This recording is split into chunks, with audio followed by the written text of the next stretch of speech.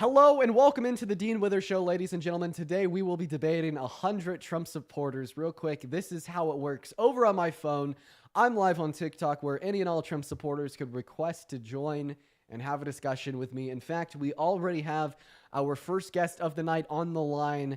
Hello, Chatty Patty. You told us you voted for Trump. I would love to Fire, hear dude. why. What up? I voted for Trump because I feel like he's a better leader. Okay, so why do you think that Donald Trump is a better leader than Kamala Harris? I feel like when he's talking with like other countries and stuff, that he just gets the message across a little bit better than Kamala Harris, in my opinion. Okay, That's why do you why. think so? Why do you think that? Like, unironically, why do you like? Why Well, do you when it think comes that? to like rapport, and whatnot, right? I feel like Trump has more rapport What is with rapport Don, like just a better relationship, with who so to say, specifically? with Putin.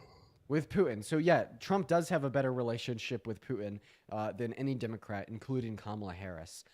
Do you think that Putin will only entertain good relations with people that will help him further his own goals? Yeah, I believe it's a two-way streak. I have a question. Are Putin's goals good or bad? Um, Ultimately, they're bad. I mean, he's trying to recreate the Soviet Union in a sense, but Yeah, so we probably like wouldn't want to yeah. make So I mean, we generally probably they're wouldn't bad. we probably wouldn't want to make it easier for Putin to achieve his goals because that's a bad thing. So this is just a really simplistic explanation insofar as like why better relations with Putin actually indicate a bad thing. This just means that Donald Trump better enables right like colonialization, imperialism, like expansionism, all very bad virtues. I mean, I feel like you're going to want to have somewhat of good rapport with other superpowers in the world. No, Not when like the even only though way he to has get bad intentions. not when the only way to get said good rapport is to like be apologetic or excusing of human rights violations. Human rights violations. Yeah, man. Yeah, wait. Are you referring to Putin in regards to human rights Yeah, violations, or are like you referring violating to the human Donald rights Trump? of all Ukrainians on Ukrainian land, their right to self-determination. I believe that's a human right. Yeah, I agree with you in that sense. Yeah, so you're just saying that Donald Trump But is making human rights violations easier.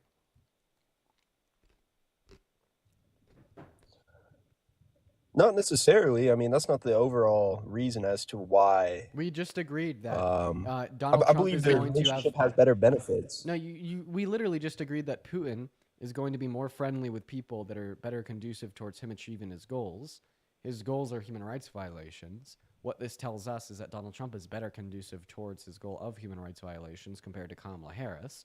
Which candidate would you rather have? One that's less conducive towards human rights violations or more conducive towards human rights violations?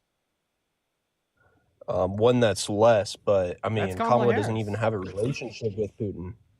The Doesn't reason doesn't why even Donald have Trump any sort has, of but rapport. we just agreed the reason why Donald Trump has more of a relationship is because Donald Trump is more conducive towards Putin's goals. I bet that Putin would love to have a relationship with Kamala Harris if Kamala Harris was also conducive towards him achieving his goals. And I mean, like, this can be examined through like policy as well. Like, for instance, Democrats want to toe the line with Ukraine, continue to give them money, funding, weapon, and support to fight against Russian expansionism, right? Protect their right to self-determination. Meanwhile, like Republicans have somehow manipulated, right, support for Ukraine's right to self-determination into a bad thing that we should stay out of, right? Meaning that it just makes Russian advancement easier. That's not true. Both sides still have to abide by the Budapest Memorandum and supply weapons to Ukraine, No, right? like For the denuclearization Donald of Trump doesn't Ukraine. think that we should be supporting Ukraine now. I mean, he may believe that, but you're still going to have to support Ukraine either way, I don't think that whether you like it or not. no. If Trump wouldn't honor the outcome of an election, I don't think he'd honor an agreement from the '90s. I mean, are we still sending weapons to Ukraine with Donald Trump being in office? I'm unaware. I don't think that Donald Trump wants to continue though. I think he stated that. I mean, that may be something that you believe, but that's not the case. Yes, it is the case that Donald Trump has stated that he doesn't think we should be supporting Ukraine. Are you kidding?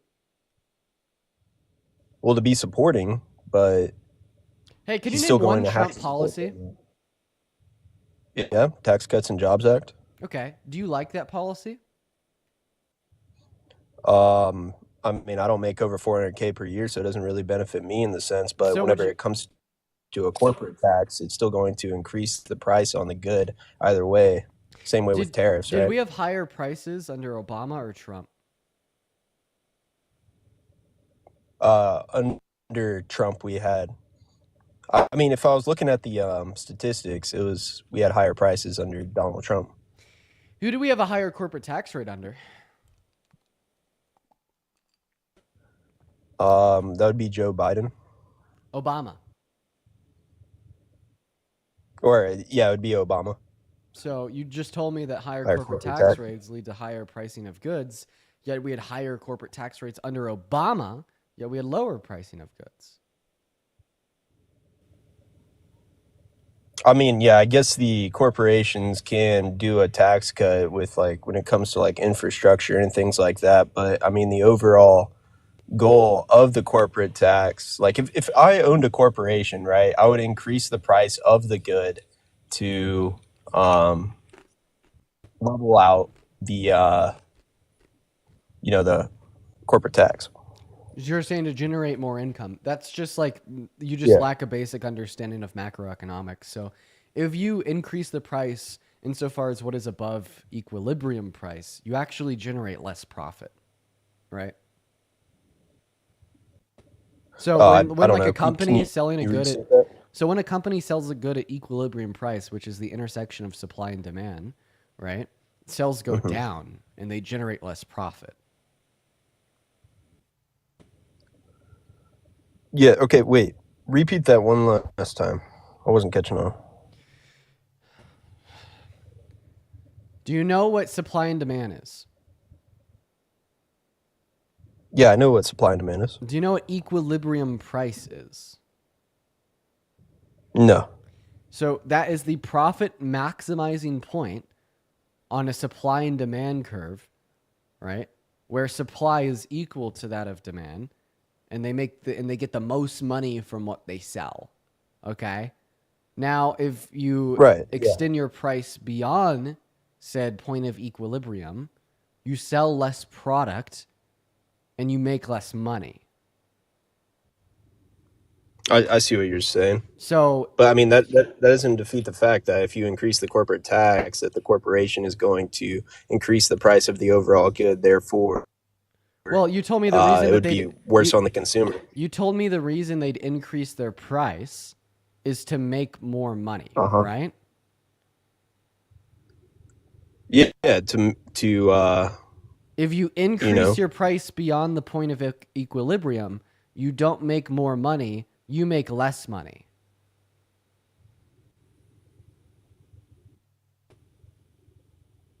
right. But what I was saying was it would be worse on the They're not going to consumer. increase their prices because they'd be making less money.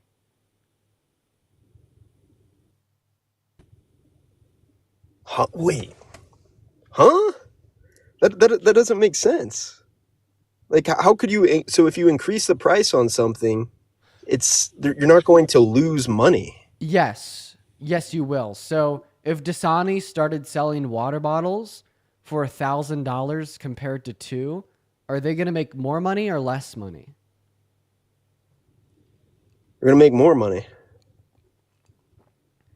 They're selling it for No. $2. They're going to make $1. but they're going to have less people buying them. You're going to have to buy it either way. It's food. I'm talking about food. So A good. like Dasani bottled waters, when we would account for other vendors and other means to achieve water, we would expect like some level of an elastic demand. Are you saying for inelastic goods? I'm referring to. I'm thirsty. I want some water right now. Oh, this water bottle costs $3. I gotta buy the water so Rand, I thank you can, so much for the $2 on us you with know, your Australian dollars. rehydrate. So I'm gonna buy the $3 either way. I'm gonna buy the bottle for $3 But you have rather than that competitors. $1 You that it have was before. competitors in the market that are still selling bottles of water for $2. Why would you buy the $1,000 bottle of water? Well, what if it's the only bottle of water that's there, and I'm like in a desert somewhere in the middle of nowhere, and I stumble upon a shop, and the only water bottle that's available is a $1,000 water bottle? Then you'd have to either buy it or go thirsty. But the question is Dasani the only water bottle vendor operating in American markets? No. Thank you. Thank you for the galaxy as well. I'm gonna kick you. Anything else? Why? Because you're like Uh, kind of like a donut. I mean, I was just engaging in a hypothetical, since that's what you guys like to do. Yeah. We're gonna move on to the next guest. Hey, British, I appreciate you for the $8 Australian over on YouTube. Thank you so much for the time. Thank you so much for the love, British. British says, here every single day watching from work. Please never stop educating the idiots. Much love from Australia. It means the world. Thank you so much. What is going on, April? Did you vote for Trump?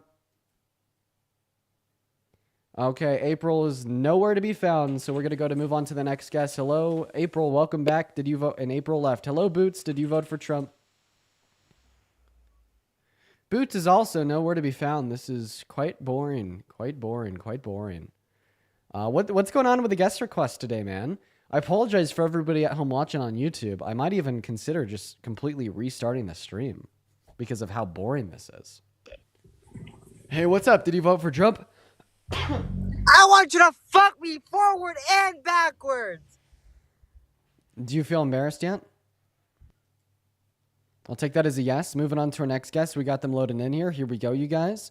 Do just give us a minute, y'all. Do just give us a minute. We got the next guest loading in as we speak, you guys. We are just looking for some debates. I don't know what's going on today. I don't know why we can't find debates. This is a little bit weird, a little bit weird, a little bit weird. Spam maggot down below in that live chat if you do want to come up. What is up, Sky? Did you vote for Trump? Okay, what? Dude, unreal. Hello, Sky? Okay, why did you hop in the guest? Okay, man. We're going to restart, man. Okay. Hey, so for like the 3.9 thousand people in the TikTok stream, we're just going to restart. I don't know what's going on. I don't know like why we can't get any debates. If you're one of the 4,000 people watching on TikTok, go ahead and click on my profile picture right now. Click into my account. Count to 10 and you'll see my PFP glowing. Then click right back into the live, and as soon as you do, spam Dean Raid in that chat, spam the likes on the stream, and do share out that live, and I'll be right back. Here we go. For the people watching at home on YouTube, thanks for bearing with me while we get this figured out. I do apologize that this is acting a little bit funny. So we're just doing a quick restart over on TikTok. That's how we kind of get the live to send out again. I don't know if it was just at first really boring guest that kind of killed the stream and whatnot. But we are back now live once again over on TikTok. So we just kind of got to give it a moment for people to start tuning back in. Hello for everybody tuning back in over on TikTok. Welcome back, guys. Make sure that you're double tapping on that phone screen, sharing out that live spam in that chat. Do everything and anything we can in our power to try to get this live to boost and send out to more people, you guys. And we are going to go ahead and hop right back into the debates, wasting no time. Hey, the most awesome Chris, thank you for the $5 super chat over on YouTube saying, firing 200K Fed workers from the most stable housing market in the U.S. will crush the housing market. Fed workers pay taxes, basically pay themselves. So real. Okay.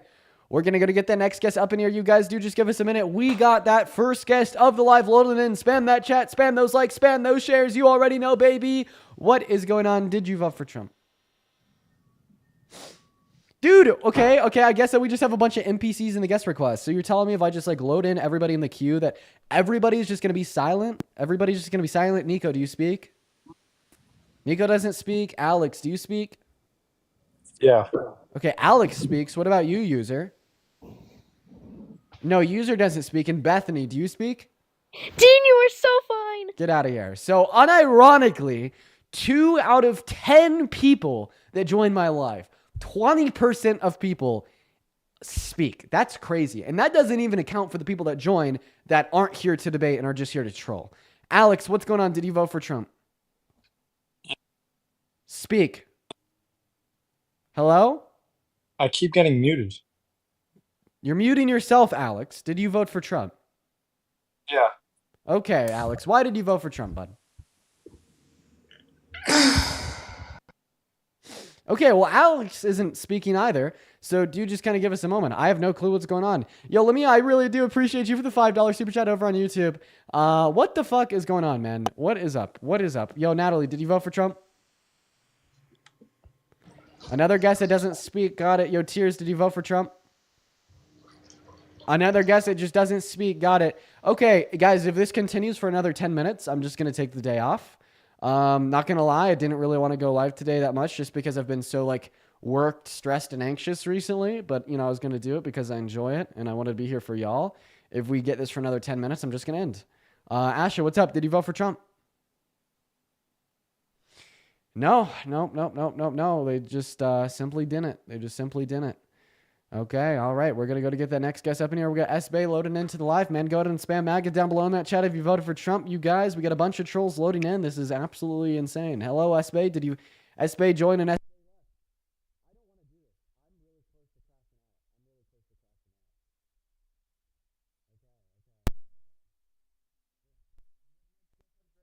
To live. Here we go. What's up? Did you vote for Trump? Yes. Age. 18. Leave. Nobody's laughing. Moving on to the next guest. We got Natalie loading up into the box. Here we go, you guys. Everybody just do be patient. What's up, Natalie? Did you vote for Hello? Trump? Right, let me explain for 1 second. So that was a no. You could leave. Appreciate it. Okay. So we're going to go to move on to that next guest. Here we go, ladies and gentlemen. We got Sue loading in. Yo, El Tarot, thank you for the $2 super chat over on YouTube. What's going on, Sue? Did you vote for Trump? Yes, I did. All right, Sue. Why is that? Because he's the best person for the job. Okay, why do you think that Donald Trump was better for the presidency of America compared to Kamala Harris? Let's hear it. Well, he just is. He just is. Wow, Sue. Hey, Greenie, thank you for the $10 super chat over on YouTube saying those people are going to hear you get frustrated and join Community Troll. Yeah, I need to stop getting frustrated. No, So, because Sue, I got a question. So when you were in like 3rd grade and, you know, you maybe asked your teacher why multiplication works or how it works, and they were just like, well, it just does. Or, you know, you're learning from your science teacher and they were like, and you were like, oh, what is erosion? They were like, oh, it just is, you know, or you're debating a flat earther and they tell you that the earth is flat. You tell you that they're wrong and you ask for their argument and they're like, it just is. You know what I mean? Can we see the disconnect here? yeah, because I was joking, but because he's a real leader. He's a leader. He's respected. People respect him. Okay, so you're going to vote for the candidate with more respect, right? Yeah. Okay, have you ever seen a UN Rights Council laugh at Kamala Harris the same way they laughed at Trump? Or like how Macron and Donald Tusk from Poland like posted a video on Twitter mocking him and making fun of him? Have you ever seen that? Or let's just talk about the fact that maybe none of us should support a rapist that wants to ethnically cleanse that also said he's above the law. Come on. He's not a rapist. He is. He was I don't held civilly believe liable that. for it. That's indeed a fact, quite frankly. Yeah, but I don't believe that. Oh, why don't you believe that, Sue? Because I just don't. But I want to tell you something. You just don't believe it. You know, have you ever, you know, maybe pondered upon the fact that you maybe engage in cult-like behaviors with your denial of reality, quite frankly? Probably. Okay, Sue, well then there's no debate for us to have. But I just want to tell you this. One day you're going to be the next Charlie Kirk. One day when you're a little bit older, because you love the truth, you're going to switch over and become a conservative. Sue, the older I've grown, the more exposed to truth I've been, the more left I've become. You know, I was actually really conservative when I was younger. Yeah, because you were raised by conservative parents. So now you're going out to find your own way, to see what you really believe. Because I know there's a piece of you in there that still kind of looks up to Trump. No! Oh no, Sue, no. But you know, it's funny that you actually say that, comparing me to Charlie Kirk or whatever. Because you know that Charlie Kirk actually told me when I grew up I'll be conservative. You know he told me that? No, but I could see that because he's probably a Christian too, and I'm a Christian, and sometimes God shows you things. Sue, do you mind if I ask you a question? Go ahead. So if you heard somebody just like random in the street say, most rich people are really evil, and if heaven's real, they're probably all going to hell, where would you assume they fall on the political spectrum? That rich people were evil? Yeah, and that it'd be really hard for a rich person to get into heaven. Most all of them are going to hell. No, I don't believe that. But like, where do you think they're falling on the political spectrum? Pretty far left, right? Maybe. Maybe. So you know that's actually something Jesus said, right? You know? Matthew 19. What does Jesus say? What does Jesus say? A rich man is just as likely to get into the kingdom of heaven as a camel is to pass through the eye of a needle. Right, and the eye of a needle. Yeah, but you know what that means, really? It's impossible for a rich man to get into heaven. No, it means. Wait, a bunch of people just walked in. Sorry, Sue, I gotta cut you just because of all the loud background noise. We're gonna go to get the next guest up in here. But oh my gosh, yo, holy crap. Sid with the $50 super chat over on YouTube. Before we get on to this next debate, let's just thank some of our very kind donors real quick. Holy crap. Let's get 500 big W's and booms in the live chats for Sid right now with a $50 donation. Sid says, you're amazing. I love you and appreciate you so much. Sid, you're amazing. I love you and I appreciate you so much. You're in here every day showing love. No, we love and appreciate you and thank you so much. And I mean that very seriously. I'd also like to thank Thomas for the $30 donation on YouTube Super Chat, saying no way she actually believes that. I thought she did. Please show some love to Sid and Thomas right now. What is going on, Hannah? Did you vote for Trump? No, but LeBron or Jordan? LeBron, all-time GOAT. Okay. Oh, you're the GOAT, man. Dean, I love you. We're gonna get that next guest up in here, and then oh my gosh! Also, wow, Christian with the $200 donation on PayPal. $200. Oh my gosh, $200, dude. Oh my gosh, everybody watching right now, please show some love to Christian for the $200 donation. That is insane. Thank you so much for the love and support. That is unfucking fathomable. Holy hell. Christian actually says here, don't read the following message out loud. Well, you got it. I won't. As well as dash with a motorcycle and Christina with a $5 on Venmo. Guys, let's please show some love to Christian in the chat for at least the next 10 minutes. I'm so undeserving. That is a huge donation. Thank you so much, Christian. And then once again for Sid and Thomas, W's for all of our donors. Now, what is going on, new guest? Did you vote for Trump? Yeah, of course I did. Of course you did. Right? Why's that? Because Donald Trump is arguably the greatest president of all time. Are you telling the truth? Wow, I'm going to lock in here. Okay, I'm going to lock in. I'm going to... Oh my God, yo, Sid! Thank you so much for the Leon the Lily. I really appreciate you so much for the love. Thank you, Sid. Shout out to Sid in that chat. Hey, also...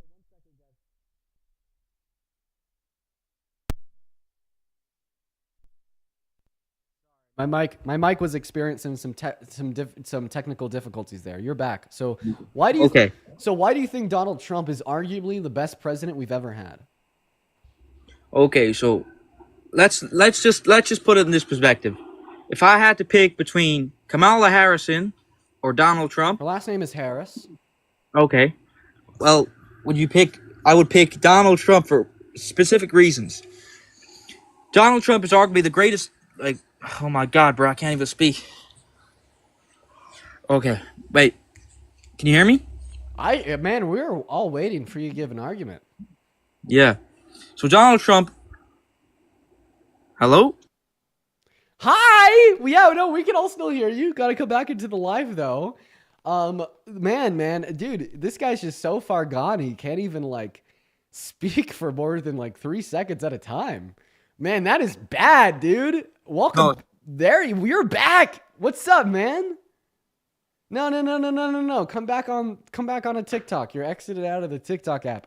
When you do that, I can't hear you, okay? I just want to make that one clear. It's, just a little thing.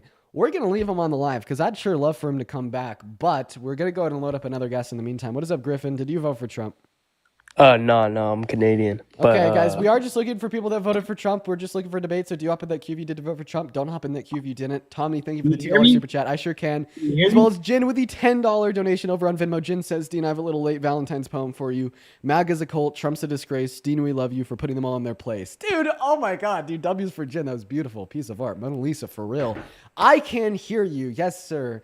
You were just telling us about how you think Donald Trump is arguably the best president we've ever had.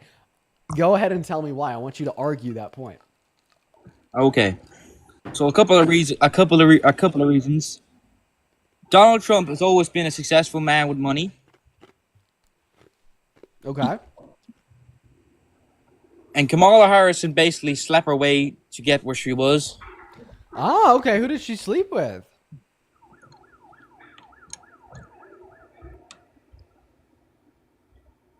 Okay, so how do you know she slept with men to get into her position of power if you don't know she slept with men?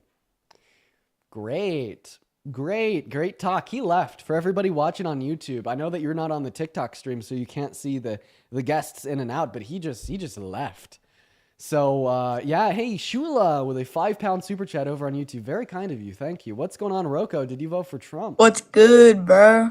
Underage, your fetus. Quite frankly, goodbye. So there's about 3 criteria that you guys have to fulfill if you're going to hop in that queue to join the live. The first one is be at least 18. The second one is don't be driving. And the third one is make sure you voted for Trump. Did you vote for Trump? No, they didn't vote for Trump. They didn't vote for Trump. Come on, guys. Hello. Did you vote for Trump? I did vote for Trump. You did? Okay. Why? Well, because he's loyal. He loves his country. He's loyal to America? Yeah, he loves his country. Fuck That's no. why he ran again. He will turn his back and stab and shatter America if it benefits him. That's what he did in 2020 when he tried to steal the election from Biden. He was so sad that he lost the election that he literally tried to coup the civil and electoral processes of this nation by attempting to steal the election from Biden with the use of fake votes in Congress. That is the most obvious demonstration of all time that he loves nobody but himself. Well, I would agree that Joe Biden did win 2020. I don't think it was rigged or anything like that. But I think, the fact that Trump, he doesn't have to be doing all this. He's literally a billionaire, but he's still running again. After being hit in the air, he still got back up and ran for the American people. So I really like your talking points. They're all like really cute and like elementary, but I'd love for you to respond to what I said.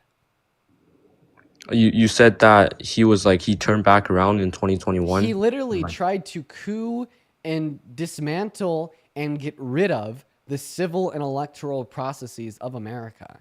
He literally tried to install fake votes for himself in Congress. Do you think that Mike Pence is loyal to America? No. That's why he... No. Well, he literally had beef with Trump. Why? Do you know why Donald Trump calls him a traitor? No, why? It's because Mike Pence refused to place Trump above the American Constitution, and Mike Pence certified the real votes compared to Trump's fake votes. So do you think that loving America is just synonymous to doing whatever Trumps want or upholding the Constitution? Well, of course, upholding, but they had personal beef. That's another reason. No. All their beef is, consequential of Mike Pence placing the Constitution above Trump. There's no but there, okay? So Mike Pence upheld the Constitution. Donald Trump didn't uphold the Constitution. Mike Pence, although his views are distorted and disagreeable, tried to be a patriot to the country. And Donald Trump tried to thwart his patriotism by pressuring him into rigging the outcome of the election. If there was to be one of those two men that love America, it would have been Mike Pence. Well, actually, yeah, no, you know what? I do agree that Mike Pence also loves America as well. But I think the reason Trump tried to, call it rigged and prevent Biden from getting into the office in 2021 is because he thinks he's scared of what Biden would, do to the country, which was evidently from the past 4 years. Name one bad thing Biden did to the country in the last 4 years. Crime rate went up. Okay, well, I'm actually pretty sure it statistically went down. Let's assume that it went up, though. It was higher than 2019, so. So how did Biden cause the crime rate to increase? Well, it was just his poor control of the southern border. Oh, well, actually, no. The per capita crime rate would go down with more undocumented migrants in America because undocumented migrants are 2 times less likely on average to commit violent crimes compared to U.S. citizens. So the more undocumented migrants we have in America, the lower the per capita crime rate would be. Fun fact. Well, I do understand that, but you do know that undocumented migrants, they shouldn't be in the states in the first place. So if they do even now not you're commit pivoting. crime, that doesn't matter. But now you're No, pivoting to the issue of I undocumented acknowledge. migration, and I'd love to talk to you about immigration. Sure, we could do that. But I asked you how, Biden drove up the crime rate, and you said poor control of the southern border, right? So my just simple question is, how can undocumented migrants drive the per capita crime rate up when they're 2 times less likely to commit a violent crime per capita? Well, they still do commit violent crimes. You acknowledge that, right? Yeah, but they're 2 times less likely to, meaning they drove the per capita crime rate down. Yeah, I know the per capita is down, So but then they have a but overall downward would pressure still on the be up, crime rate. right? No, Overall would still be up because the there's more crime people rate, coming in. the crime rate is an inherently per capita statistic. Yeah, I never disagree with you on the per Yes, you capita did part. because you posited that they drove it up. They drove the crime rate down.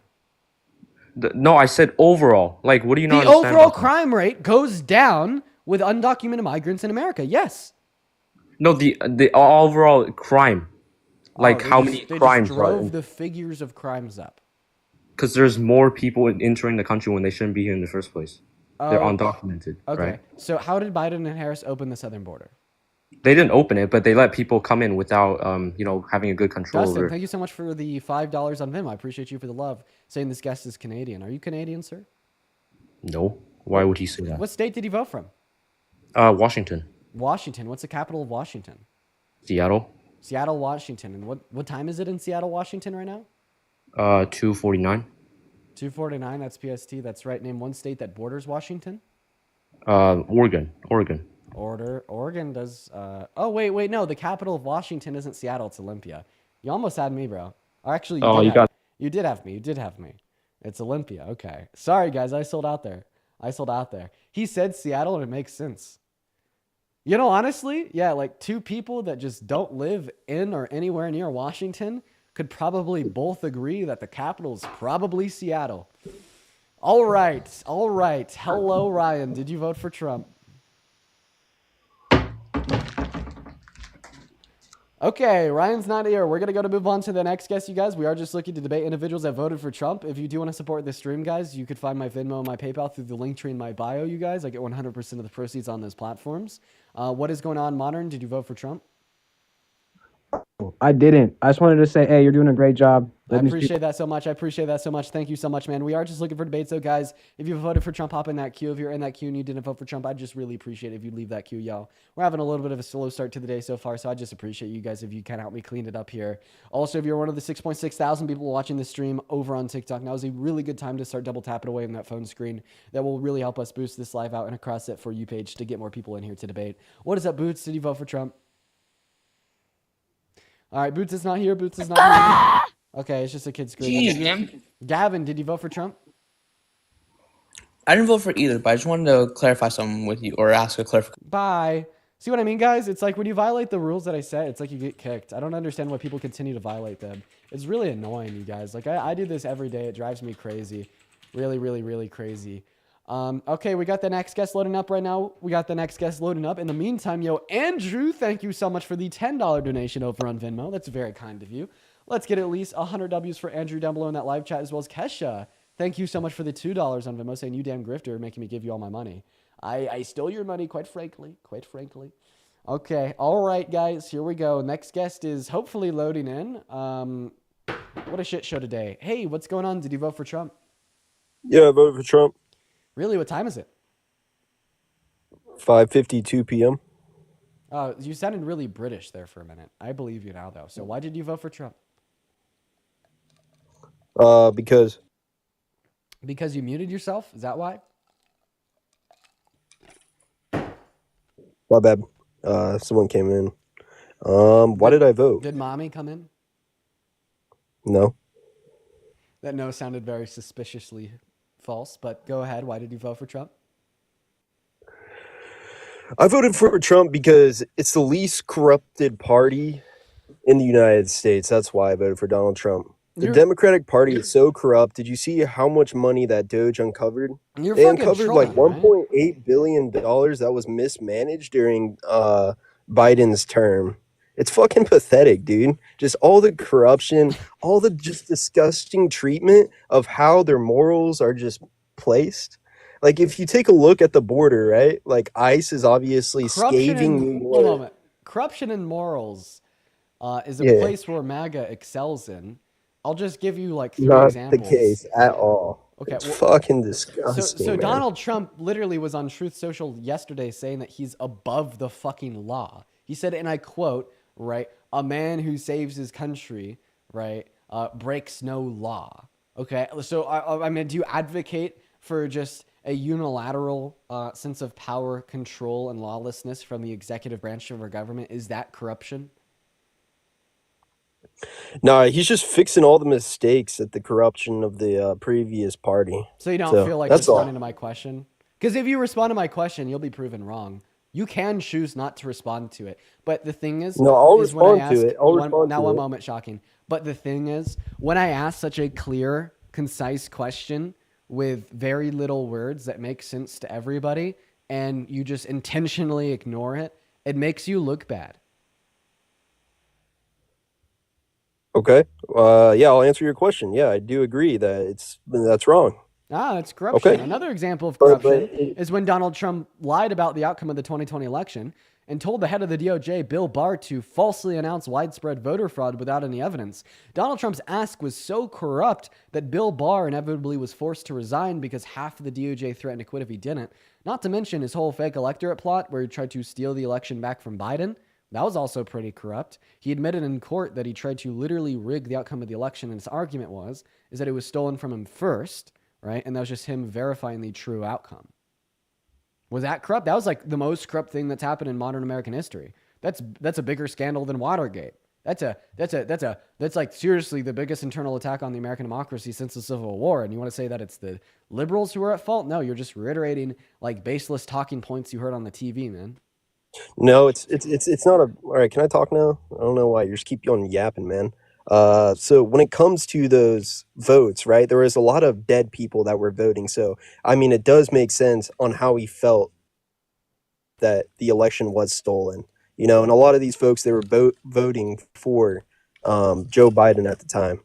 So I mean, it is completely understandable to question the outcome of the election whenever there was so much corruption going on in the background. And I don't know how you guys don't see that. Mm-hmm. Well, I don't know how you Not don't see see the that, incessant dude. audits that were done on the 2020 It's election. just complete So dumb. ignorance to the subject.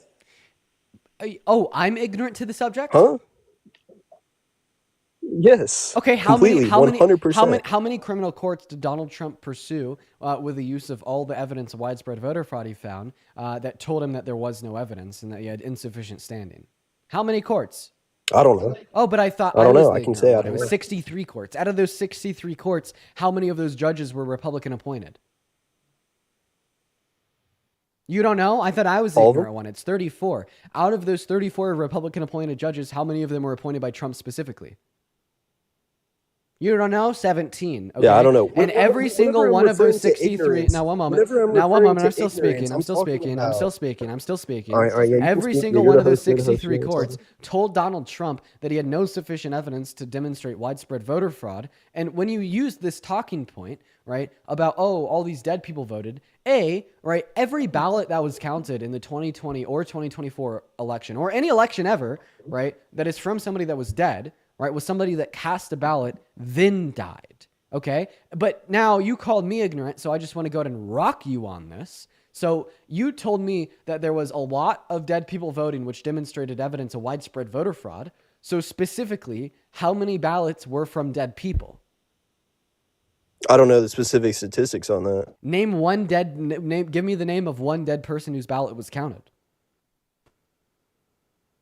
I just got flagged. One person that's ballot was counted. There was a bunch. That was dead. I mean, it was all over the news. It was all over the news. So then it should be pretty easy to find the me thing a is source that to there's a demonstrate difference how many between dead people having- voted, right? So wait. No, I actually want to roll off that. Well, I'm on my phone right if now, it so was I'm not all gonna over exit the out of the app news, and go it look should at be this really list. easy to either name one Bro, person you just or give keep one talking. source out demonstrate widespread voter fraud in the 2020 election, right? I thought I was the ignorant one, man. You just keep talking, dude. You just talk. I'm asking Dude, you a what I'm valid saying question. is, what I'm saying is, there's a difference between street smarts and just believing everything that you see on the internet, right? If you could actually go outside of your current, just enclosed environment and actually took a look on the outside, you would be able to see that there's actually a whole lot of corruption that's actually occurring. But you're just, I don't know, too close-minded to understand that. That's the I difference think it's between the funny. Democrats and the Republicans. Yeah, We man. actually see outside of those bounds there. You're just too enclosed into this like woke mindset and overall just disgusting, just complete utter disgust, man. That's all it is. Can you please name one person on the right? I mean, seriously, name anybody that talks to more people with adjacent or opposing political views than I.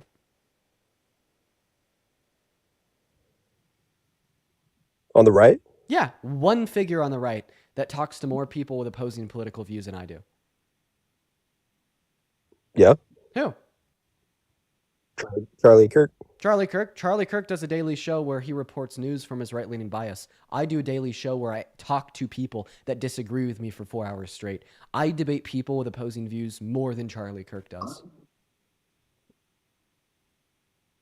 No, you still have a closed mindset though. Like it doesn't even matter if someone even tries to change your mind on the subject. You're not going to change your mind either. Beautiful. Even if someone has a good so proof. the lock and the Because key you just on make my too much money on the Democratic side that there's no reason to change. So the See how lock, I'm thinking the on the lock, outside, the man? lock and the key on my mindset is evidence, reason, and fact. Have you provided me with the evidence, reason, It's and fact not to substantiate? evidence, key, and fact. Okay, well then prove that by demonstrating that I will still believe that there wasn't sufficient evidence to overturn the results of the. So I'm going to go ahead and put you on mute. I'm going to go ahead and put you on mute if you don't stop talking, buddy. So then prove to me that I don't value evidence, reason, and fact, right? By giving me evidence, reason, and fact that there was sufficient evidence to justify that the 2020 election was stolen from Trump. And if I continue to deny the outcome of the election after you've provided said evidence, reason, and fact, right, you have dunked on Dean. So where's that evidence, reason, and fact? Are you able to give me a source? Because honestly, okay, if you get done with this tangent about how close-minded I am and how I don't operate off of reason, fact, and logic, one moment. If you keep talking about that and then you're unable to provide me any evidence of widespread voter fraud in the 2020 election, you sir, are a hypocrite. That is projection. I wasn't fucking stalling, bro. Stalling from what, man? Just because you have the attention span of a toddler and I'm not writing my propositional beliefs down on polka dot paper with crayon doesn't mean that I'm stalling.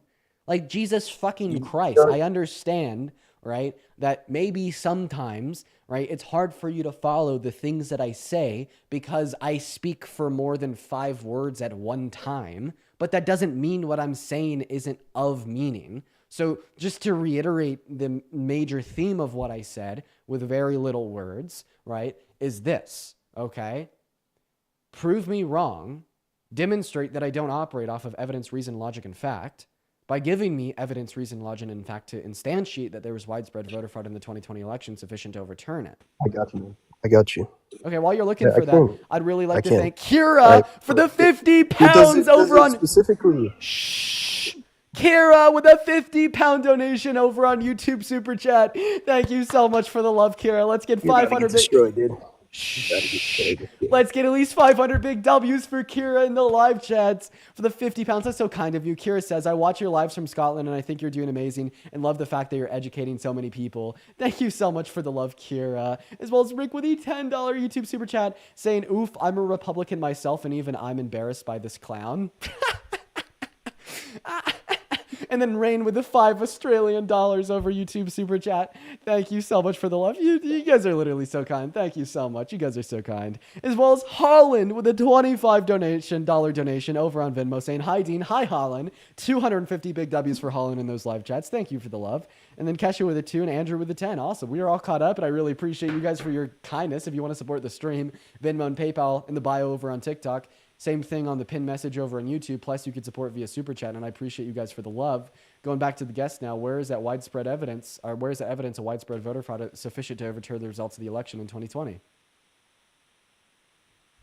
Man, I'm so glad Facebook owns this now. Okay. So I'm not going to speak on the 2020 election specifically, but I will ask you 2 questions, right? And based on your response, this will If you're be not speaking on the able to 2020 determine whether election, you're then open-minded or you're whether not you're responding to my fucking a question. Democrat. What? Well, why can't I ask you a couple questions? You keep asking me questions. Because you have to answer my question first. All right. In regards to the 2020 voter fraud, Yes. yeah, I didn't go look up statistics because I'm on my phone. Okay, then leave. But let me Sorry, ask you 2 questions. I'm only though, here man. to debate Why people. won't you let me ask these 2 questions? You're so close-minded, man. I'm the You're so close-minded one. You close-minded. literally you're suggesting Yes. a proposition inside of a political debate to instantiate a point that you believe in is true while refusing to provide me evidence for said point. That's like childish as fuck, man. I mean, you could easily just search up a dead people voting. Okay, so if it's easy Simple. to find the evidence, why can't you go find it? Because I want to talk about other topics. So you're scared. I want to talk about the undocumented migrants that are coming over the border, and then whenever they get their citizenship, they're able to vote in the future. And I also want to talk about how whenever ICE is doing the raids within New York City, Do you think that about do you think that the liberals are rigging the election by giving pathway, making undocumented migrant citizens? it's not necessarily rigging it. It's just a loophole to get more people to vote for the Democratic Party. It's that simple, 'cause they're going Yes, to vote for having them. more American And citizens vote for you do is you not very believe corrupt. that? So close-minded, man. Having more American citizens vote Oh. for you is so corrupt, man. So corrupt. Citizens voting for a candidate is now Let 'em all corruption in. Just in let 2025, all in. according to Republicans. Whoa. Thank you for the $5 on PayPal. You know, the only person that didn't want to pass border legislation to prevent undocumented entry into our country was Donald J. Trump when he torpedoed Langford's bipartisan border bill because he didn't want the Democrats to take a win. I think you need to grow backbone. You need to grow spine. All right. You need to ignore your bias, and you need to become more objective, surrounding yourself predicated on the facts. Because I when am you get all being more objective, and I have another topic. when you get all pissy and shitty, right, and start talking shit to a liberal just because you don't think that the liberal is smart. Meanwhile, you're just the walking Dunner-Kruger effect, IRL 4K. It's embarrassing, and it makes you look bad, man. So no, it doesn't, because you're just not letting me talk. You're trying to make me look bad without even letting me try to talk. So whenever it comes to business owners, right, hiring undocumented migrants to pay them below the minimum wage amount, that's why no one's going to work in New York City. It's because they're going to get thrown out of the country from ICE. But what I'm talking about is basically the moral standard of these business owners and just the Democratic Party still allowing it to occur. Now, whenever Donald Trump gets in and sends out ICE raids within New York, it's a bad thing. How is that bad? So how are you going to complain that I don't let you talk, and when I interrupt you, I make you look like shit? When you talk, you make yourself look like shit. Did you just do the Trump weave? No, I didn't do a Trump weave. What are you talking about?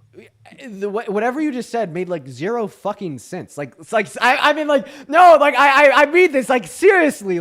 Whatever words just came out of your mouth. Point out what didn't make sense. Of course. So you first started off by being undocumented workers get paid below minimum wage. Oh, and ICE raids in New York, and mass deportation. But the business owners and the Democrat Party and the corruption of the deep state and the undocumented migrants at the border and the paying the minimum wage. It made no sense, man. That's what's happening. You just said exactly? That made perfect sense. Yeah, that made perfect sense. That made perfect sense. Because that's exactly what's going on here. I can't believe my own ears. How is this real life? This has got to be a troll. How did that not make sense? Yo, LVZ, thank you so much for the $10 super chat over on YouTube. Thank you so much. And also for the love. $1.8 billion that was mismanaged. And for real, that's so. Did you also see real, that? LVZ. Wait, can you thank LVZ for their $10 donation over on YouTube super chat real quick?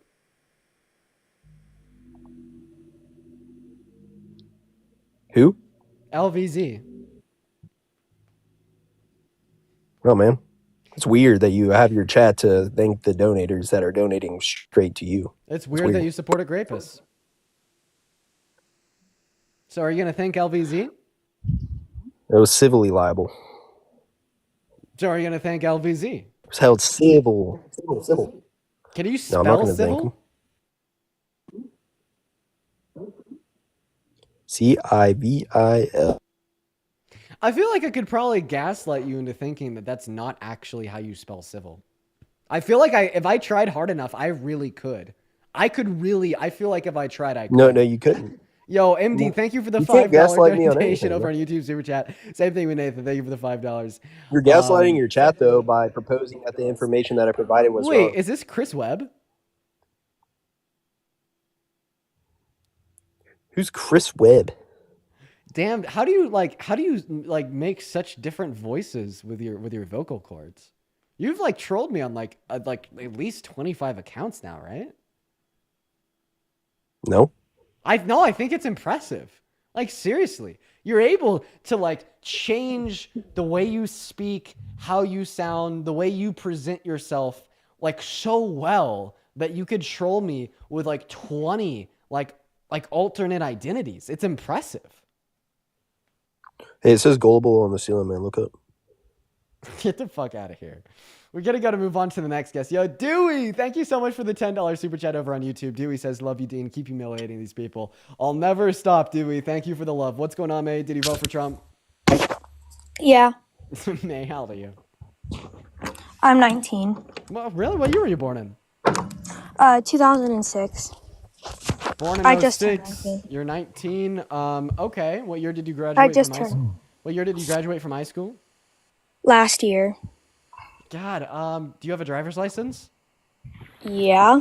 Okay. Okay. Well, a learner's permit. I live in Florida. I don't have a driver's license. Wait, what is a thick line next to a dotted line mean?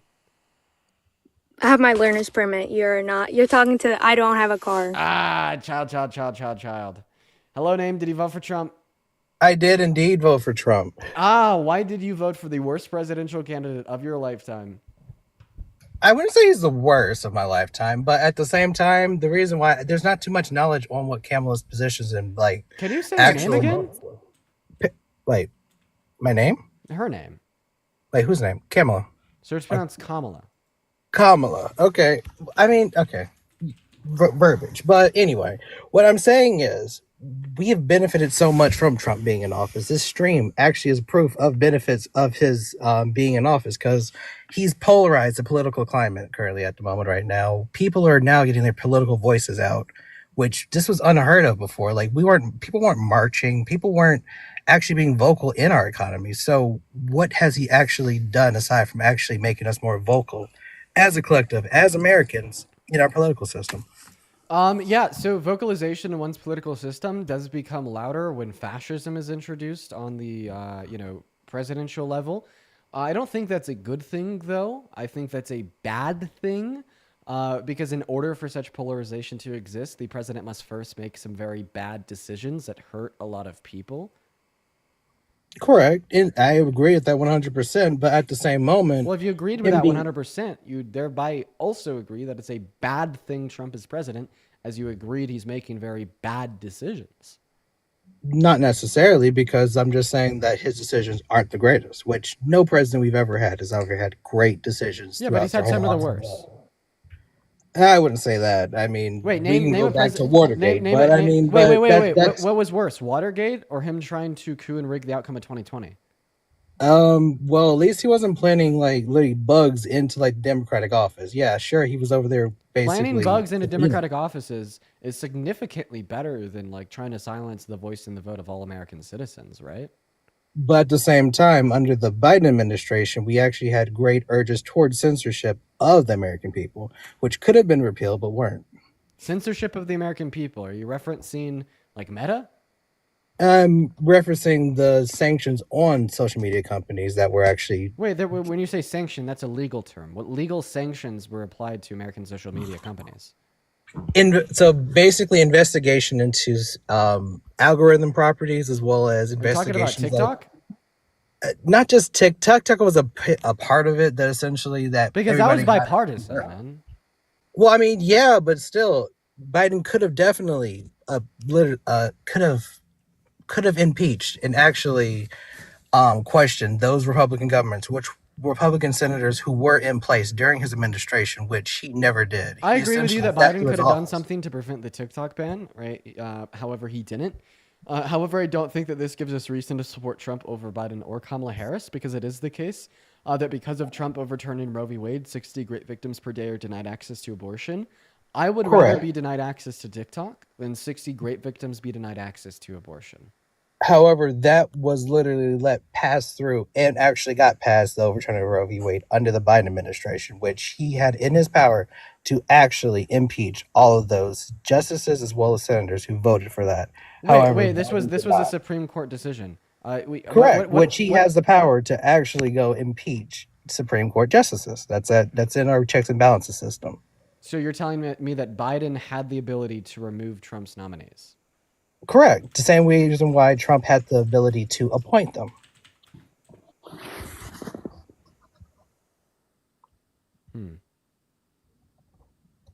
In order for impeachment, what must be met?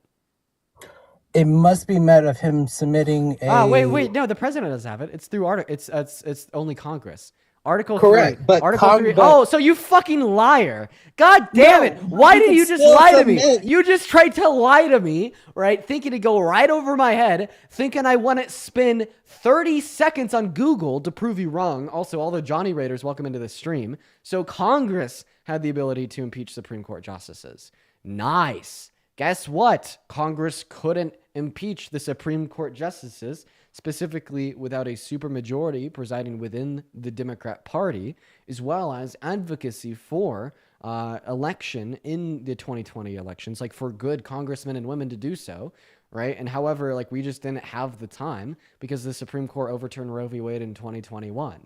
I also think it's really funny that A, you're going to lie to me when you were disproven with a 30-second Google search, and then B, you're going to scapegoat accountability for Donald Trump. Like, instead of questioning Donald Trump for electing those justices to serve the ultimate purpose of overturning Roe v. Wade, causing 60 great victims per day to be denied access to abortion, you're rather just like, oh, why couldn't Biden get together a super majority of the partisan Congress to impeach like 3 justices?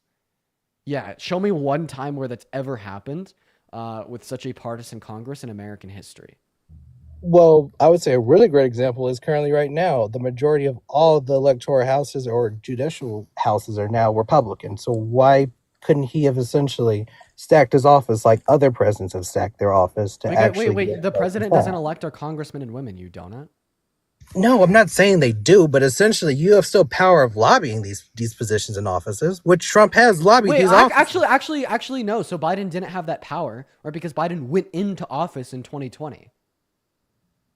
Correct, but you don't become president. So like if over just one election year. You still lobby if for Biden it. had served prior to said election cycle, he would be able to lobby, right, to provide more funding to campaigns with Democratic congressmen and women to get what he wanted done. But because he went into the presidency in 2020, right, and the Supreme Court made that decision in 2021, of course he didn't have that power. Like the Congress was already certified like prior. Sorry, went into office in January of 2021. The Congress was already certified prior to the Supreme Court making said decision. But why not vocalize that essentially, yes, he's now not able to do any of these things. Like every president when they first come into office is very vocal about, hey, I'm going to try and officially change these certain things. The overturning of Roe v. Wade has been in cycle it's been a while actually. It started with, I think, in Trump, because Trump did put those people in place in the Supreme Court. Well, didn't put them in place, but basically allowed for them to actually get into office to actually overturn Roe v. Wade. Did they not? Can you repeat that? I'm sorry. I wasn't. Have you? Okay. How about Sorry, this? I don't hear what you said. If you said anything other than Donald Trump elected justices for the explicit reason of overturning Roe v. Wade, you were wrong. And now if that's what you said, No, I'm right. agreeing with you on that. But why couldn't Biden have actually publicly announced that, hey, these people are in place, instead of focusing on, oh, we're correcting these flaws with the past administration, instead of actually doing anything, instead of being vocal, changing things? He was incredibly vocal. He was incredibly vocal about wanting to reinstitute federal protections for a woman's right to choose. Like after the bill was already passed of it being overturned. Wait, it wasn't a fucking bill. It was a Supreme Court decision. Of course, he didn't mention anything about the Supreme Court decision. Was he not the president? Why would he mention something about a Supreme Court decision that hasn't even been fucking made yet? You donut? Are you kidding because me? Supreme Court decisions don't just appear out of nowhere. They have to be actually there's a process to this. It's called checks and balances. Supreme Court decisions unironically appear out of like some random Wednesday final rebuttal through the justices to make a determination, and we don't know what the outcome is until they're made. Like, for instance, the TikTok ban is a great fucking example. Did anybody in America know that the Supreme Court was certainly going to rule that it was not unconstitutional to ban TikTok in America? No, nobody knew the ruling. Exactly. But we only knew that when they made the ruling. Wait. We only knew that when they made the ruling. So when you tell me, right, that Biden should have been very vocal about the Supreme Court overturning Roe v. Wade in 2021 in like 2019 or 2020, this is like telling me that I should have been vocal about the Supreme Court justice's ruling that the TikTok ban was not unconstitutional like 2 years ago. It's absurd. It's idiotic. Anybody with a functioning brain can realize that, right? But you still have to admit that without Trump, we would not be having this argument right now. Yes, because Trump is the one that implemented those justices to overturn Roe v. Wade. Without Trump, we wouldn't be having this argument right now, which is a damn good reason why we shouldn't have Trump. But aren't people being monetized off of this political climate right now? So how is it a terrible thing? I'm not saying that it's a bad thing morally over here. But got it. Yeah. Essentially, that's what I'm getting at. So yeah, I'm hosting a debate live about Trump, and it's generating me an income of monetization through donations from viewers. Therefore, how could it ever be such a terrible thing? You know, I'm not saying I'm gonna tell you a story real quick. So my mental health recently has been like pretty bad. It has. For a lot of reasons, A through Z, my mental health has not been the best. Okay. What did I do about this? I went back in the gym and started lifting weights for 2 hours a day. And I feel a lot better now. And if I keep up the cycle, I'm going to be buff as shit as I was before in like another 6 months. So does that mean because my negative mental health generated some good consequences indirectly, that my negative mental health wasn't really that bad? So, but calling that terrible at the same time, it's not terrible. It's just not favorable. Okay, so if something generates any good outcome inconsequentially, you know, it's Is that not a good outcome? Got it. So let's think of a crazy fucking example of this. Okay, let's think of a crazy winning the lottery. No. Okay, so a woman gets raped. A woman then 2 years later starts speaking out for rape victims. She then goes on to gain a large platform, and with the use of this large platform, she helps abolish rape culture in America and reduces macro-level harm and sexual abuse against women. Okay? The consequence of being more outspoken about rape culture and on the macro level reducing harm in the context of sexual abuse against women is a very good outcome. Does this mean that her getting raped in the first place, quote unquote, wasn't terrible? It was terrible, but it had great outcomes. Because essentially now we're more vocal. We're now talking about this, so less people are actually out there getting raped in the future. Think about it. So would you rather if this is your argument for the reason why Trump should be president, would you also argue that this woman should have been raped? No, it's terrible, but now there's less people getting raped. So should she have gotten raped? No. Okay, so she shouldn't have gotten raped. I agree. So where's the disagreement? So even if Donald Trump, right, promotes some favorable outcomes and consequentially, like such as like more people being outspoken about politics, getting involved, advocating for progressive reform, this doesn't mean that he should have become our president, right? Correct. Okay, so then you're not making an argument insofar as why Trump was a better candidate, you donut. You just told us that he shouldn't have been president. The reason why I'm so sorry, fucking Mog. That was not my whole argument. What are we doing? That was not my argument. My argument, the reason why I voted for him is because we knew more about him because of the whole polarization of it. We knew what he was going to do. We elected him the first time in 2020, not 2020. Sorry, my years are getting messed up. But essentially, he was our president before. We knew about this guy. We elected this guy. He got impeached in office, still ran for president, won the election. We know who this guy is, but Biden dropped out the race halfway through the election process. Then we end up getting thrown a new Democratic So you're just saying that candidate. he was a better candidate because we knew more about him? Correct. Okay. Would you? Do you think the average American knows more about me or Hitler?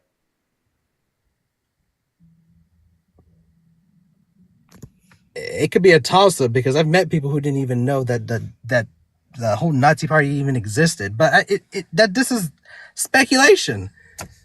But essentially, okay? I don't think it's speculatory to assume that the average American knows more about Hitler than me, right? Correct, but at the same time, Okay, so we vote for you because we don't know anything. One moment, ignorance. If I ran, for president tomorrow with a policy agenda, detailing my progressive plans for America against Hitler incarnate, who would you vote for? But Hitler was never the president of the United States. Well, you told me the reason you told me you voted for Trump wasn't that he was president of the United States already. It's that you knew more about him. So now you're shifting your reason. It is because she was thrown in mid-race. Okay, sorry. Would you not? You're breaking down. You're breaking down now. So the first reason you gave us was very bullshit. The whole we know more about him thing. But now you're shifting the reason to something about how he was already president. Sorry, man. You're crashing and burning right now. I want you to just step back, catch a breath, and try to be coherent again. Okay. We knew more about Trump as a president. He was president prior to this day. If Biden ran again, I would have voted for him. However, he did not run again. He got replaced. Wait, why was Biden a better presidential candidate than Kamala Harris? That has to be either misogyny or racism. Because he was actually running as president. Because he wasn't thrown in there. If Kamala ran in the beginning, what is the specific distinctions between Biden and Harris's policies, agendas, or character that make Biden a better fit for the presidency than her? Because he literally dropped out of the race halfway through. If Kamala had started from the beginning, her name's Kamala. Hey, name Kamala. Hey, how about you get a fucking brain on those shoulders and answer my question? So once again, the damn question is, what about either Biden or Harris's policy or character makes Biden a better pick for the presidency than her? And you're like answering, saying shit about how like he dropped out. Like, what the fuck? What the hell are you saying? No, the question is, give me the relevant differences between Biden's policy and Kamala Harris's policy, and Biden's character and Kamala Harris's character that makes Biden better fit for the presidency than her. Remember, policy and character, relevant distinctions between Biden and Harris. What are they that makes Biden more fit? Before I mute the guests, if you're watching on YouTube or watching on TikTok, am I making this question clear?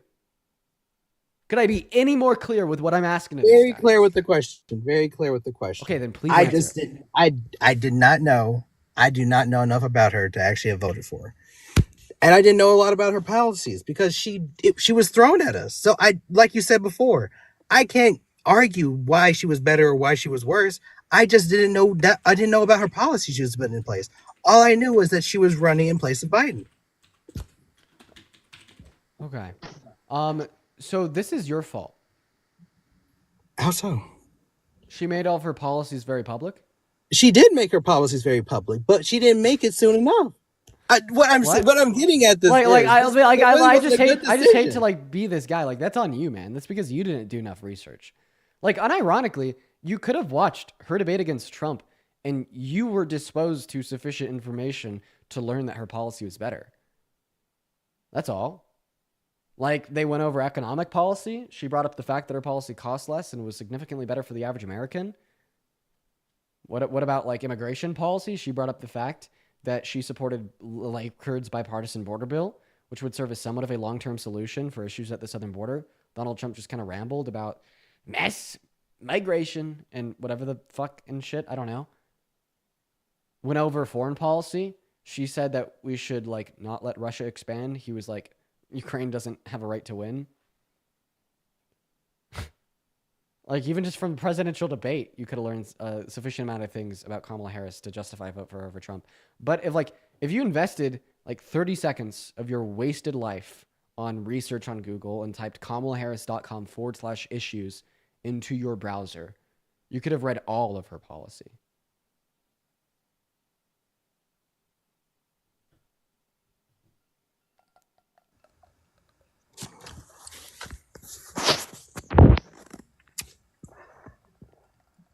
I agree with what you're saying 100%. And also, too, I would have voted for Kamala. However, You could stop mispronouncing her name, man. Kamala. Yeah. Kamala Harris. I would have voted for Kamala Harris had she been running from the get-go. It just seemed like a cop-out from the Democratic Party. I didn't vote based off of policies of this. It just seemed suspicious that the main presidential candidate that we were voting for, it dropped out. Can you not say that it was suspicious at all that Biden dropped out and we had somebody thrown at us randomly? It wasn't suspicious at all, and it also wasn't random. He looked absolutely terrible in his debate with Trump, and he had to drop out because they lost support of Americans, and they had to place a candidate there that would be more likely to win the election. There's what would have nothing been suspicious different? about that. Due to his health that he never publicly mentioned. What's suspicious about that? They knew that Biden wouldn't win, and the debate he had with Trump made it evidently clear. So they placed So a we can candidate swap that they out likely to candidates win. if we just feel like they're not going to win? Yes. Yes. Yes.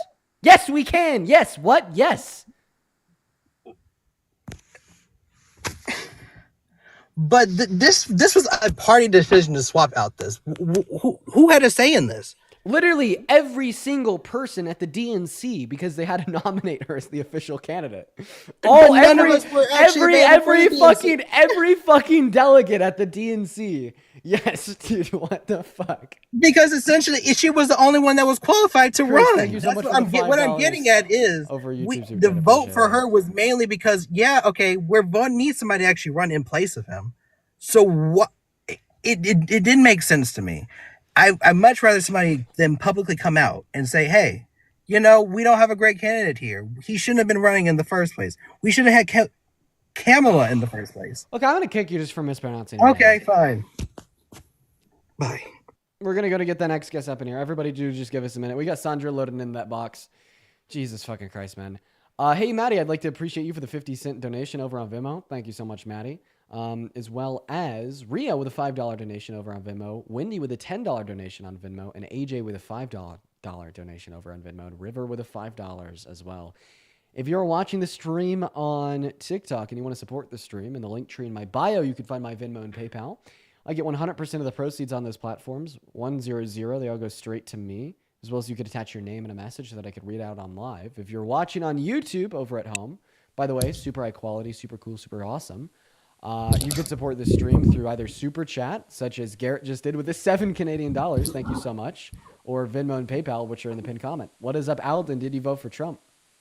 No, but I think he's going to be good for America. Okay, I was really close to kicking you, but I'd love to hear this argument. Why do you think Trump will be good for America? And if you think he'll be good for America, why didn't you vote for him? So, I think that both sides of the political spectrum are working under the same interest, right? And that would be big business.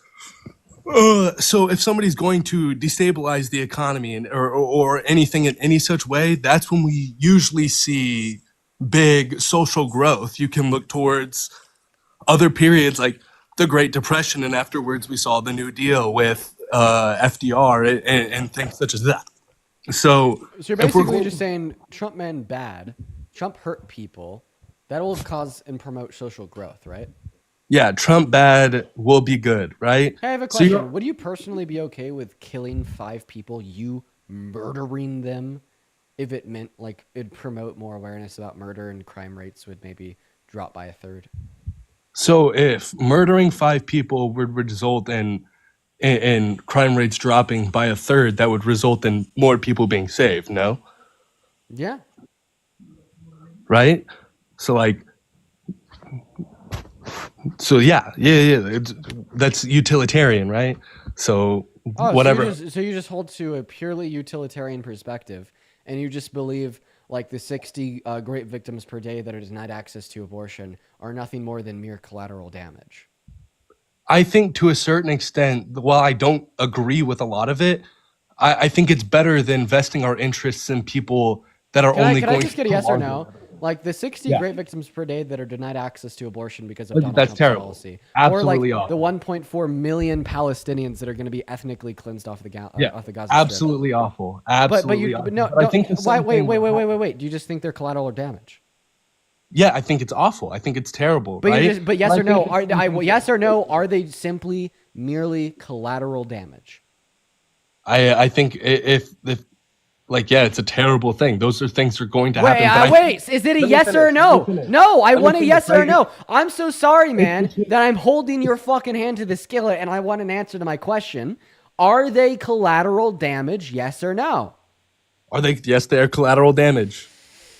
Yeah, so why should I value a single thing that comes out of your mouth when you say the violation of 1.4 million people's human rights is nothing more than mere collateral damage, and 60 rape victims per day being forced to maintain pregnancy is, really But this implies that insignificant. I think that the collateral damage is a good thing, right? Wait, I actually don't you do.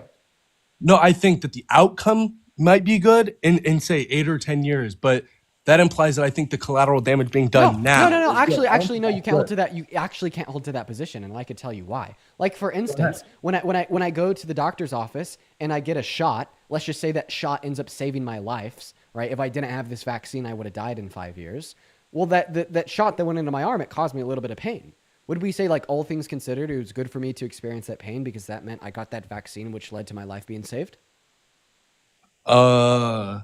So think about it in the same way. You're saying that, like, but you're comparing a shot and some pain to your arm and the neurons flickering to people dying. Exactly. Yes, exactly. I am. Yes, because you're saying that you want to promote, right, this greater good, right, of like more social justice, whatever. But in order to achieve said greater good, it is necessary that 1.4 million Palestinians are ethnically cleansed off the Gaza Strip in the same way it was necessary for me to feel the pain of the needle going into my arm for the vaccine to save my life. So if the pain of the needle going into my arm was necessary, so is the ethnic cleansing of 1.4 million Palestinian individuals. But my thing is, I want a yes or no. Do you affirm or deny that you actually do, and in all things considered sense, think it's good that 1.4 million people are going to be ethnically cleansed? 1.4 million people dying is never a good thing. But wait. No, if it's not all things considered good, right, then you don't value any greater outcome it leads to. I mean, maybe you can value that outcome maybe you can, but okay. Like, so then the 1.4 million dying is still bad. But no, because then you're saying that those 1.4 million people should die so you could achieve that greater outcome, right? Mm-hmm. So yes, you just affirm that they should die, right? I don't think they should die. No, I don't think they. Well, if they shouldn't die, then it is the case that you don't value the greater good that's a result of that. Because remember, under your worldview, you treat all of the harm that is entailed given a Trump administration nothing more than mere collateral damage that is necessary to achieve a greater end of more social awareness, correct? So you're implying that... Okay, sorry, if you ask one more question and you don't respond with a correct or incorrect, I'm going to kick you. I'm already wasting my time on you. Like, it's either that you respond to my question or I kick you. So just to clarify, you think that 60 rape victims per day being denied access to abortion and 1.4 million Palestinians being ethnically cleansed off the Gaza Strip is nothing more than mere collateral damage, and which is unfortunately necessary to achieve a greater goal, correct? No. Okay, so then what the fuck are you saying? I'm saying that both sides are terrible for America. You've got to think about it. The same people that are behind, say, the Democratic Party are also vested in those capital interests, right? One side is significantly better for America than the other. Yeah, but in the current way that we look at the political spectrum, as time goes on, the Democrats are slowly radicalizing and becoming more and more to the right or to the middle, right? Actually, I refute that. No, I reject that. How would you refute that? Because AOC might be running for president next year. One of the most liberal, left-leaning individuals in Congress. I'd actually say the opposite is true. Hey, Betty, do you have like an actual fucking argument? So do you deny that a Kamala Harris presidency would have been better for the outcomes in America than a Donald Trump presidency, evaluated and predicated on the fact that she had tax policy that helped 100 million American workers in the low and the middle class and he didn't, evaluated on the predication of the fact that she upheld federal protections for every single woman or girl's right to choose, which would have prevented 60 rape victims from being denied access to abortion a day, then 1 out of 3 women of reproductive age in our country being denied access to services every single year, or not having access to services every single year, or would you refute that it is the case that Donald Trump wants to impose tariffs, which is literally just another tax, but it regressively impacts you more the less money you make, meaning that Donald Trump is advocating for switching a progressive tax system with a regressive tax system. So in other words, like consequently, we could agree that Kamala Harris would have been a better fit for the livelihood and the lifestyle of the average American compared to Donald Trump. No, because I think that it would only prolong the inevitable, which is a fascist takeover of the country, right? We'd only be waiting. Aiden, I don't give a shit. Then you could leave. Like if you seriously don't value progressive tax policy over regressive tax policy, and you don't understand. How about you shut the fuck up and listen? And you don't understand how that could hurt so many individuals that barely have enough money to like pay for their own way in the way of their children. Then you're just privileged as shit. I have a question. Are you white? You can see my profile picture. Are you white? Yes or no? Yes. Okay, so what do you have to say to all of the black Americans that you are actively advocating for to be harmed more under this guise of virtue signaling, saying whichever way you go, it's all just fascism? Why don't you go say that in the face of every single black woman that no longer has access to abortion when 55% of women that do access abortions, right, do so specifically because of financially related issues? And we know that the average socioeconomic standing of the average black American is lower than that of the average white American because of slavery and its aftermath. Or what about replacing the IRS with the ERS, replacing a progressive taxation system with a regressive taxation system? How about you go look in the face of every single black person in America, right, and say that, yes, I understand that the average black individual has lower socioeconomic standings on average compared to the average white individual, and that white individuals have more wealth in America because of slavery and its aftermath and systemic racism and oppression over the course of American history, and that if we replace a system where rich people pay more in taxes, where with poor people pay more in taxes, that's going to disproportionately disenfranchise and literally kill black people in America, and just tell them that it needs to happen because of this virtue signal of anti-fascism. Sir, you are a part of the fascist regime. I am literally telling you that with full confidence in my breath. The only difference between you and Trump is that you think you have good intentions. So what's your question? That wasn't a question. That was a statement. Okay. I thought you were leading to a question there. No. But no, I mean, I stand by, like, just because Trump is the figurehead for the fascist regime now doesn't mean that somebody else isn't going to take that mantle in the same way in 8 years or 4 years after all this to inevitably support a Trump administration, just like members of the KKK, just like neo-Nazis, just like Don Jr., just like Trump himself. All of this obfuscation and, throwing words like fascism around, saying that you give a shit, to justify the same support as the enemy, right? No. No? Okay, so you're telling me that the KKK didn't endorse Donald Trump because you're both supporting the same person right now. I do not support the KKK. No, but you say you have the same support as the enemy of the KKK, that being supporting in the promotion of a Donald Trump presidency. But once again, I don't support Trump and what he's doing. Yeah, oh yeah, you do. You literally told us that you do. You think that a Trump presidency will be good for America. That's what we mean when we use the word support, you donut. There's no way that you could just change definitions of terms and just like prelude into sophistry because you know that you don't have a counter argument. The first thing that you said when you came up here is that a Trump administration would be incredibly good for America. And here you are 15 minutes later saying that you don't support Trump or what he's doing. Do you just completely revoke that first statement and concede? Or are you instead just attempting to engage in sophist rhetoric to somehow convince yourself that you're not a bad person? Well, so when we look at a Trump regime, right? So he is a fascist, correct? So then answer my question. Do you still think that this will be good for America? I think that we are never going to see a fascist that's regime. Not what I asked you. Do you still stand by the first statement? That's not what I asked you. That's not what I asked you, Aiden. I asked you, do you still stand by the first statement you made on the live, that being that you support a Trump administration? I never said I support a Trump administration. Yes, you did. You said that'd be good for America. Your argument do you still stand by your first statement that Trump's administration will be good for America? In the short term, no. I think people are going to stop supporting him. Okay, so then you change your mind and you concede. Okay, so you concede the position. Great, you can leave. All right, because I beat you in the debate. You conceded the position. You came up here saying that Donald Trump's administration will be good for America. You are now rejecting that. In the long term. In the long term. Oh, you think it'll be good in the long term? Yeah, I mean, because eventually we will see social reform. So remember how you called Donald Trump a fascist? Yes. Yeah, so you're just saying that fascism will be good in the long term. I mean, fascism turns into leftist. People turn away from the fascism as it doesn't work. Crazy. Was Hitler good in the long term? Was that your guy? I don't think that. No, Hitler was not a good guy. Oh, shit. But what's the relation? Was Hitler a fascist, sir? Yes, he was. So Hitler was good in the long term, right? Fascism is bad. So Hitler was good in the long term, right? You tell me. You tell me, because you told me you think Trump will be good in the long term. Then you called Trump a fascist, and then you're like, fascism is good in the long term. Then you called Hitler a fascist, so Hitler's good in the long term, right?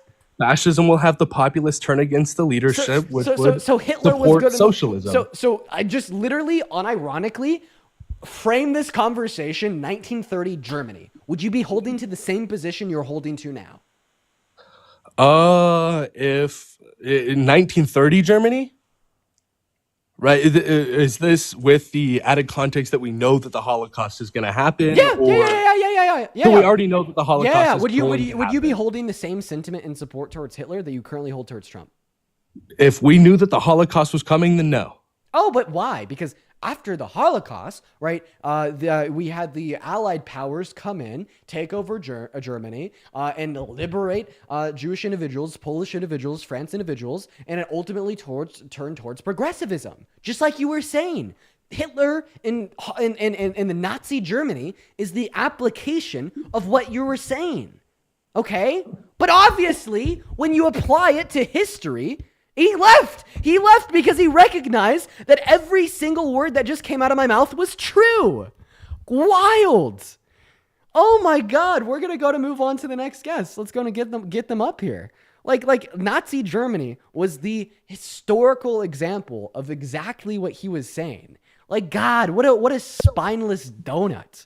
But yo, Sam, thank you so much for the 50 pounds over on YouTube Super Chat. Oh my gosh, Sam. I really appreciate you for the love. Massive shout out to Sam down below in the chat. That is literally so kind of you. Sam says, do you think I'll ever debate Elon Musk himself? I'd honestly pay for that, and I'd be willing to bet fortune that he chickens out of the debate. One thing's for certain, though. He has the most community notes on Twitter. Well, I mean, if you think that that one guy on Twitter, people were saying that he was Elon for a while. I forget his name. It was like Alan or something. Like Twitter's alt account, I debated him. So technically, I might have already debated Elon Musk himself, as well as MD33. Thank you for the $5 super chat. But shout out to Sam in the live chats, y'all. Let's get him at least 500 big W's. What's up, Lauren? Did he vote for Trump? Oh my God, I didn't realize I joined. Sorry, I was double tapping. No worries. Appreciate you for double tapping. We're going to go to get that next guest up in here. If you're one of the 6.8 thousand people watching the stream, guys, make sure that we are double tapping. We're just trying to get that next guest up in here. And honestly, if you guys started double tapping literally right now, we would be up to 1 million likes in no time over on TikTok. As well as Jacob, thank you for the $5 donation over on PayPal. Thank you. And Rachel with $1.11. What's up, Shifters? Did he vote for Trump? Yep. Why is that?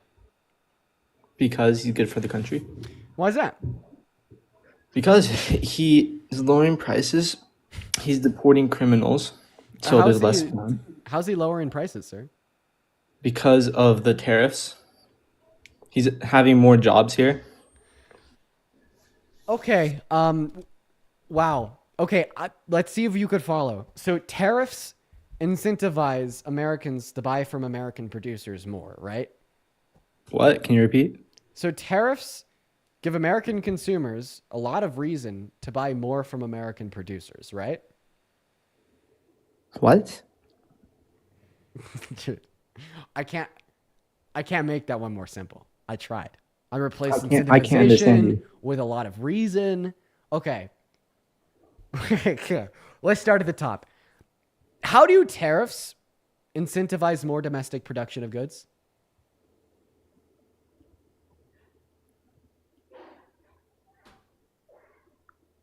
How do tariffs create American jobs? I never said tariffs create American jobs. How do tariffs lower prices?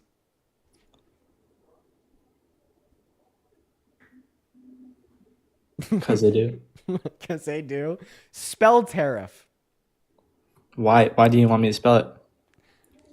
What is a tariff? Tax on imports from other countries. Spell import. IMPORT. The fact that you spelled import but not tariff tells me you don't know how to spell tariff. Oh, you read it in the chat. I did not read it in the chat. Wait, I just want to verify. I need to make sure I'm not bullying a kid. How old are you? 18, Were 20. You born in? 2005. Okay, good. What? You are okay. Sorry, you can't be. You're such a faggot, bro. Okay, now I don't feel bad. I was about to feel bad for like bullying a child, but then you just throw the slur out there, dude. Okay, What I don't up, give a nigga? shit. And another child Trump. slurred. Get the fuck out of here. Everybody, do you just give us a minute? We get the universe coming up. My apologies for his use of the slur. Jesus Christ. Sticks and rocks in the brain.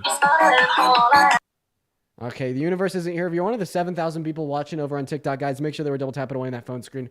Hop in that queue if you voted for Trump.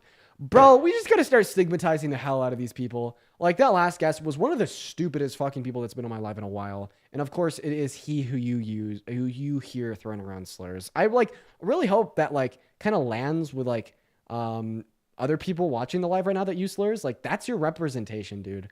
Like, just accept that it just makes you look very dumb. Hector? What the fuck? Get out. You know what I mean? We just like stigmatize that shit. Let society know that it does not make you look smart. Yo, Dakota, I appreciate you for the $2 donation over PayPal. What is going on? I need you to tell me right now if you voted for Trump. You know damn well I voted for Trump. You're a very good boy. You listen to daddy's commands, quite frankly. What level of this is education? That was pure entertainment. That was zero. Get the What? fuck get the fuck out of here, Liam. Get the fuck out of here, Liam. Get the fuck out of here. Okay, if you don't know who that was, that's Liam. He comes up. He's been trolling and messing around with me forever. And me and Parker both do that to him anytime he requests. Hey, Shirley, thank you so much for the $30 donation over on PayPal. That is very, very, very kind of you, Shirley. I just released 300 big W's for Shirley down below in that comment section. That's seriously so kind. Thank you. Huge shout out to Shirley. Hey, if you're watching this live and you voted for Trump, go ahead and drop a MAGA down below in that comment section. We'll get you up here to debate. We're still just looking for a next guest. What is up, Casually? Did you vote for Trump? Yes, I did. Phenomenal. Hey, Max, thank you for the $20 super chat over on YouTube, saying you always eat the guests up. You're fire at this. Thank you so much for the love, Max. Shout out to Max. So why'd you vote for Trump? I voted for him because our country's going to be way better under his with him as president. Very interesting. Quite frankly. So why do you think it'll be better under Trump compared to Harris? Okay, so we can already see that it's going to be better. As far as what he's done for the border, we have border security. Why does my chat hate you? Because I talked to Parker, and your chat's just mean, and y'all don't know truth, so y'all just want to go hard in the paint. Let me just tell you why I like him. Because we have border security. Because there's he made it an obvious fact that there's only two sexes, male and female. Wait, I don't know why we had a. Which one am I? I don't know. I mean, I don't know what you are. Really? Yeah, I don't know what you are. I have pee-pee. Because I'm not gonna play your little games where it's. I know what y'all do. First of all, there's two sexes, and then let me tell you how y'all conflate it. Wait, no, we have I'm sex, just and then we have I'm just gender asking you in accordance with Donald Trump. Because I know I'm not here to talk to you about you. I'm here to talk about Trump and why I voted for him. Wait, which one is Trump? Yeah, he's a man. No, not according to EOs. He's not. No, actually, not at all. No, he is a man because he has a backbone and he ain't a little wussy like the dude that was in office. And then honestly, let me just tell you how I feel. Can I tell you how I feel before you interrupt me again? Go ahead. Let's go. Donald Trump's executive order on the whole two-gender thing, it defines male and female as starting at the moment of conception, predicated on the size of your sex. Oh, did my main account just get banned? Oh no. Did my main account just get banned? No, it didn't get banned. I do have an account warning though. Oh no. Got a ban for hate speech. No, appeal it. Give me my account back. No.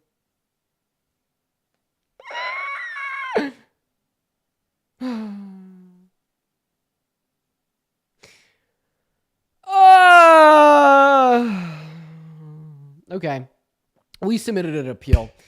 Chat, we're going to go ahead and hang out just for a moment. I want to see if that appeal goes through on the main account over on TikTok. If it does, we'll just go live again on the main account. The only reason I say that is because that main account just has really good algorithm push. So I guess we're just going to hang out for here for a moment in the meantime. So do just give us a minute. Damn, man. I was about to go off on her, dude. I'm so sad. It only typically takes like a minute or two for me to get an appeal through. So that'll be super duper quick. Very, very, very quick. I see everybody down below in the chat. Damn, you guys are going fast, dude. What happened? Yeah, we got banned on TikTok, dude. We got banned, man. We're currently waiting to see if the appeal goes through, man. I need to rip the anxiety pin real quick, okay? I need to really rip that anxiety pin. I'm feeling quite anxious and I need my herbs. I need my herbs, chat. I'm feeling very anxious. I need my herbs. Okay. We're gonna wait. We'll just hang out together. For everybody tuning in here, we could just kind of hang out, do a Q&A, shoot the shit, be friends while we're waiting on that appeal to come through. Guys, I've been back in the gym and I'm in so much pain. My whole body is on fire. Let me tell you, okay? Whole fucking body on fire. Back fucked. Shoulders fucked. Thighs fucked. Tries fucked. Forearms fucked. Quads fucked. Chest fucked. Obliterated. It's all fucked. And I'm hoping it resolves itself soon. You know what I mean? Hey, Contessa, thank you for the $5 super chat saying weird how Liam shows up before people get banned. I know, right? It's his fault. And Christian, thank you for the $15 over on PayPal, saying I've always been really curious why you get banned. It's just predominantly because of false flags on TikTok.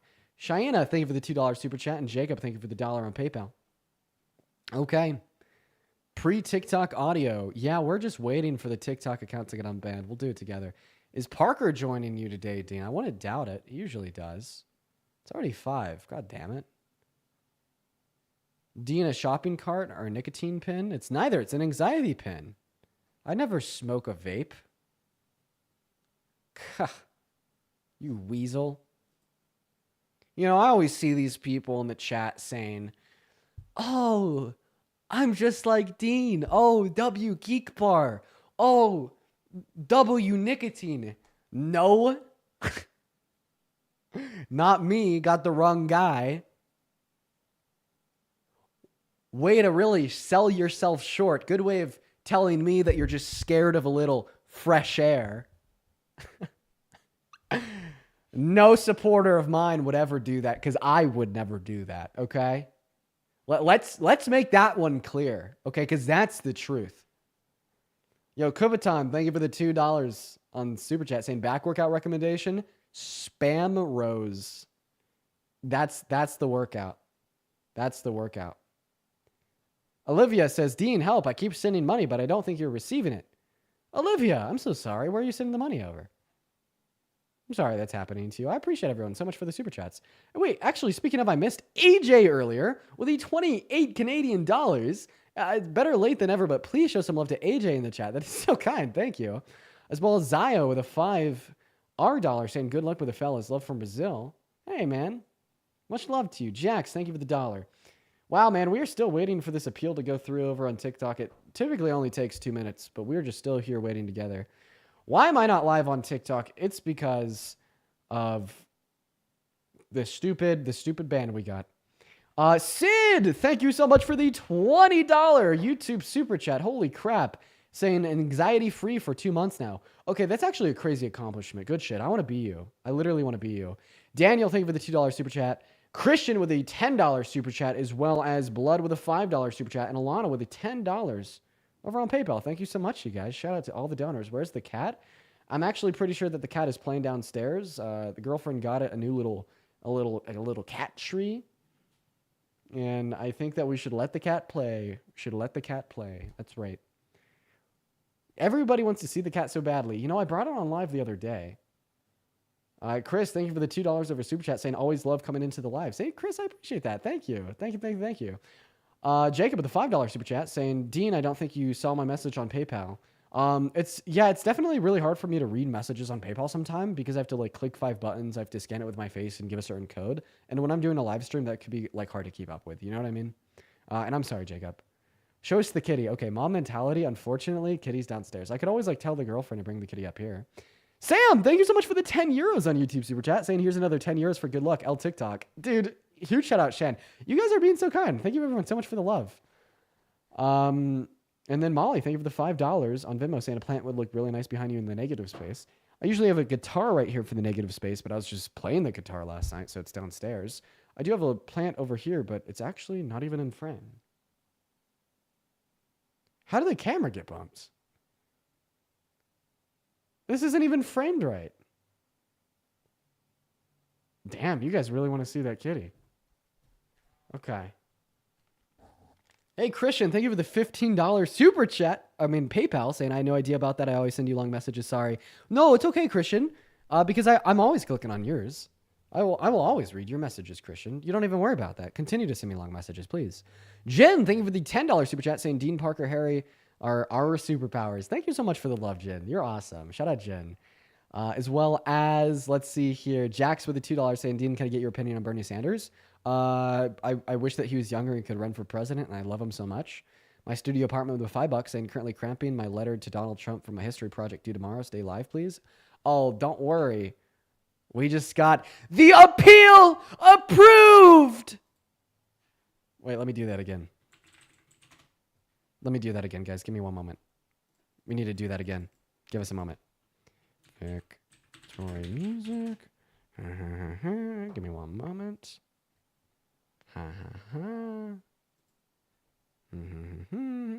We got an ad. Silly little ad. We don't want you here. Get out of our way, ad. I'm doing something mysterious. We just got the appeal approved. And it's not even playing audio. You're fucking kidding me. Where the fuck is it? God, are we going to have to do this for a third time?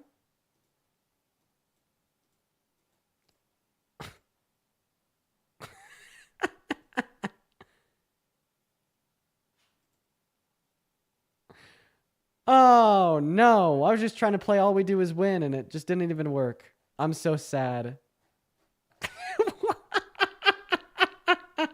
Yo, Nemo! Thank you so much for the 28 Canadian dollars on YouTube Super Chat to buy some kitty treats. Oh, we will be putting that to good use. Thank you, Nemo. Shout out to Nemo. Oh my gosh. As well as Matt with the $10 donation saying, show the cat. You guys want to see that cat so bad. The kitty cat's name is Momo. Okay, we love Momo. I was actually just cuddling with Momo earlier. She's such a cutie. Best use of the money. That's so real. Hey, V with a $15 donation over on Venmo saying, I love these lives. The Dean Withers show is becoming my favorite after-work couch rotting routine. Base, that is what we're here for. We're here to provide specifically for that couch rotting while learning. You know, you could watch these lives and still feel like you're doing something productive with yourself because it's like, oh, you know, learning about politics, doing something more than the average American. You know, that's pretty good. You know, so for all of my couch and bed rotters out there right now, just sitting on their phone, listening in, you are doing something productive with your time. God damn, you guys want to see Momo. Okay, let me make a call. Let me make a call.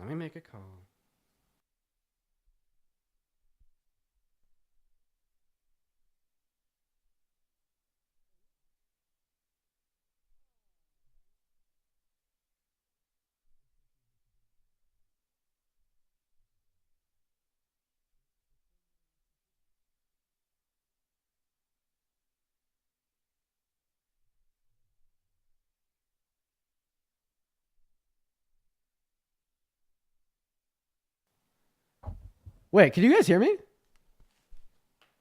Can you guys hear that conversation? No? Okay. Sorry, you guys were like reacting in the chat as if you were, because I was like, well, I was gonna go grab Momo, and then you guys were like, yippee, Momo! I was like, wait, what? You guys can hear that call? I definitely did not intend for you guys to be able. But anyways, so sorry. My girlfriend is gone.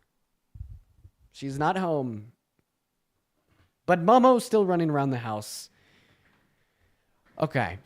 Fuck it! I'll go get the cat. You guys better not leave, though. Gabriella, thank you for the $10 super chat saying, Dean, you're amazing. W's for the gym. W's, the anxiety pin, and keep doing what you're doing. Thanks for getting me through work these past few days, and we want to see the cat. Fine! You can see the cat. Jack, thank you for the $2 on your super chat, as well as Aline with the $5 saying, when am I going to join Red Note? I actually am on Red Note. I just don't use the account. You can find me at Dean Withers. Okay. I'm going to be honest. The one reason why I hate getting up and leaving the set is because then so many people leave. But I'm going to do it nonetheless. But if you're watching and you ask me to go get the cat and you leave in the next 30 seconds while I'm grabbing Momo, I'll be pissed. Better not fucking leave.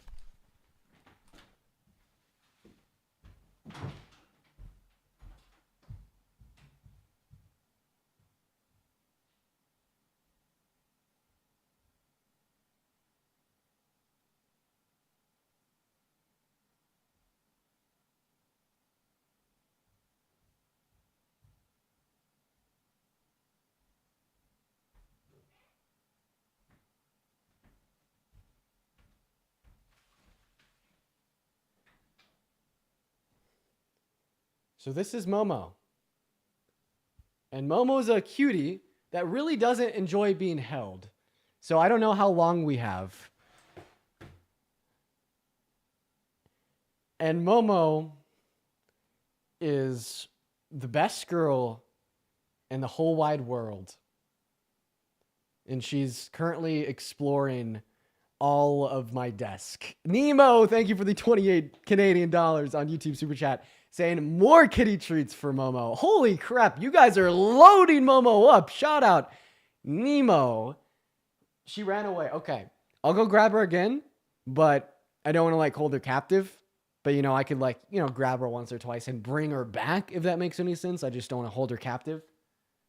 I think she ran off. I think she's exploring the closet. Oh my gosh, yo, Tom with a $50 super chat saying, good work, man. People, contact your Congress folks. They need to earn their keep. So serious, very serious. Yeah, bro, we all need to be pressuring our congressmen and women into doing what we want. Apply the pressure. I hope that you attended a protest or two today. Me and my grandma did. It was really cute. It was so awesome to see her doing her political activism.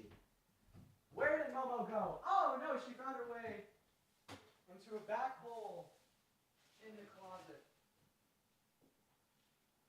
Oh, hey,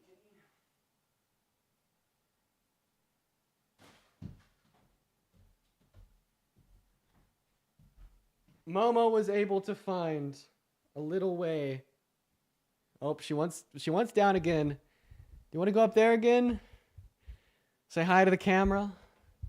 She's able to find a way to finagle herself. Kitty, if you come back here, the people on the camera will be able to see you. Of course, she's very out of focus. I don't think there's anything I can do to fix that focus, but she's definitely right there. Deez, thank you for the $2 super chat. Andrew the $2 and Reed with the 3. Thank you guys so much.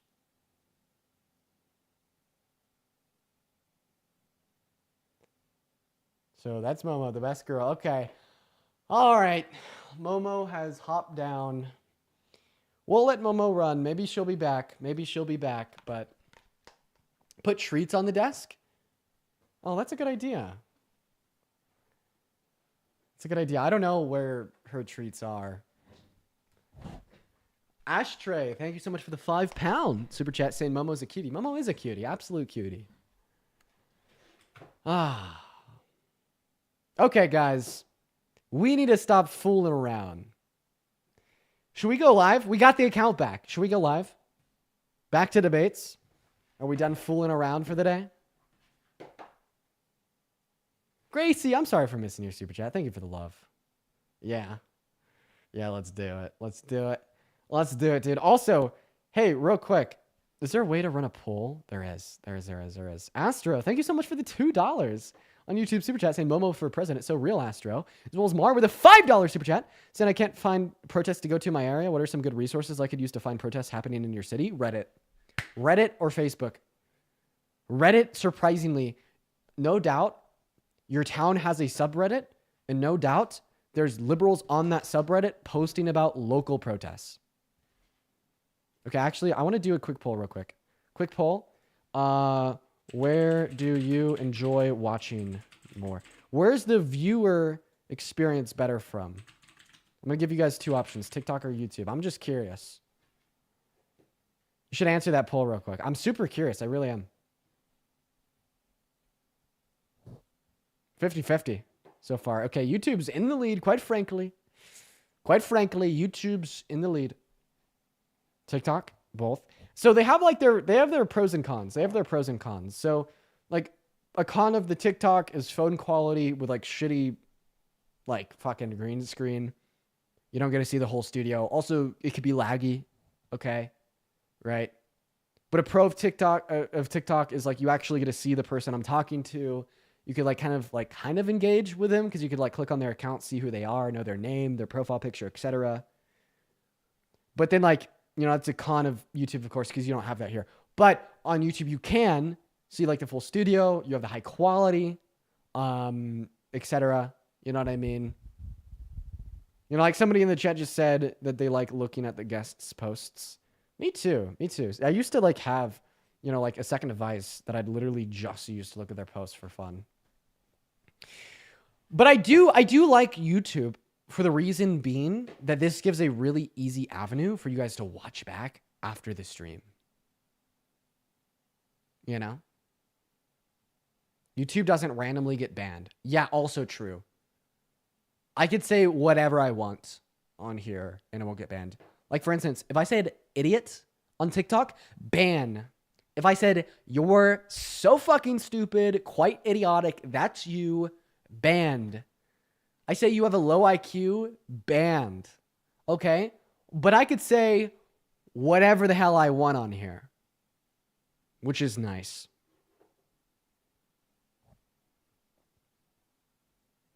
We're going to go live on TikTok again right now. In fact, we already hit the go live button. Woo! If you're watching on YouTube, pull up a laptop to watch it on YouTube. Watch it on a phone on TikTok. Jessica, thank you for the $5 on Venmo for the Momo cameo. How kind of you. Thank you, Jessica. And hello, everybody tuning in to the TikTok live stream. Welcome back into the live, you guys. Make sure that we're double tapping away on those phone screens. Ladies and gentlemen, you guys know how TikTok works. All that you got to do is double tap, share out this live with a handful of friends, spam the comment section. So we got taken down by the radical deep state, the MAGA deep state. It took us all down. And wow, we are starting off strong with a $50 super chat from Johnny over on YouTube. Guys, let's just start off this stream with W Johnny's for the $50 super chat. That's crazy, dude. Thank you so much for the love, Johnny. Everybody, please show some love to Johnny. Thank you. That is literally so kind.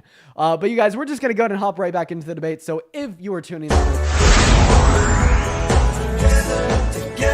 Together we are TikTok universe.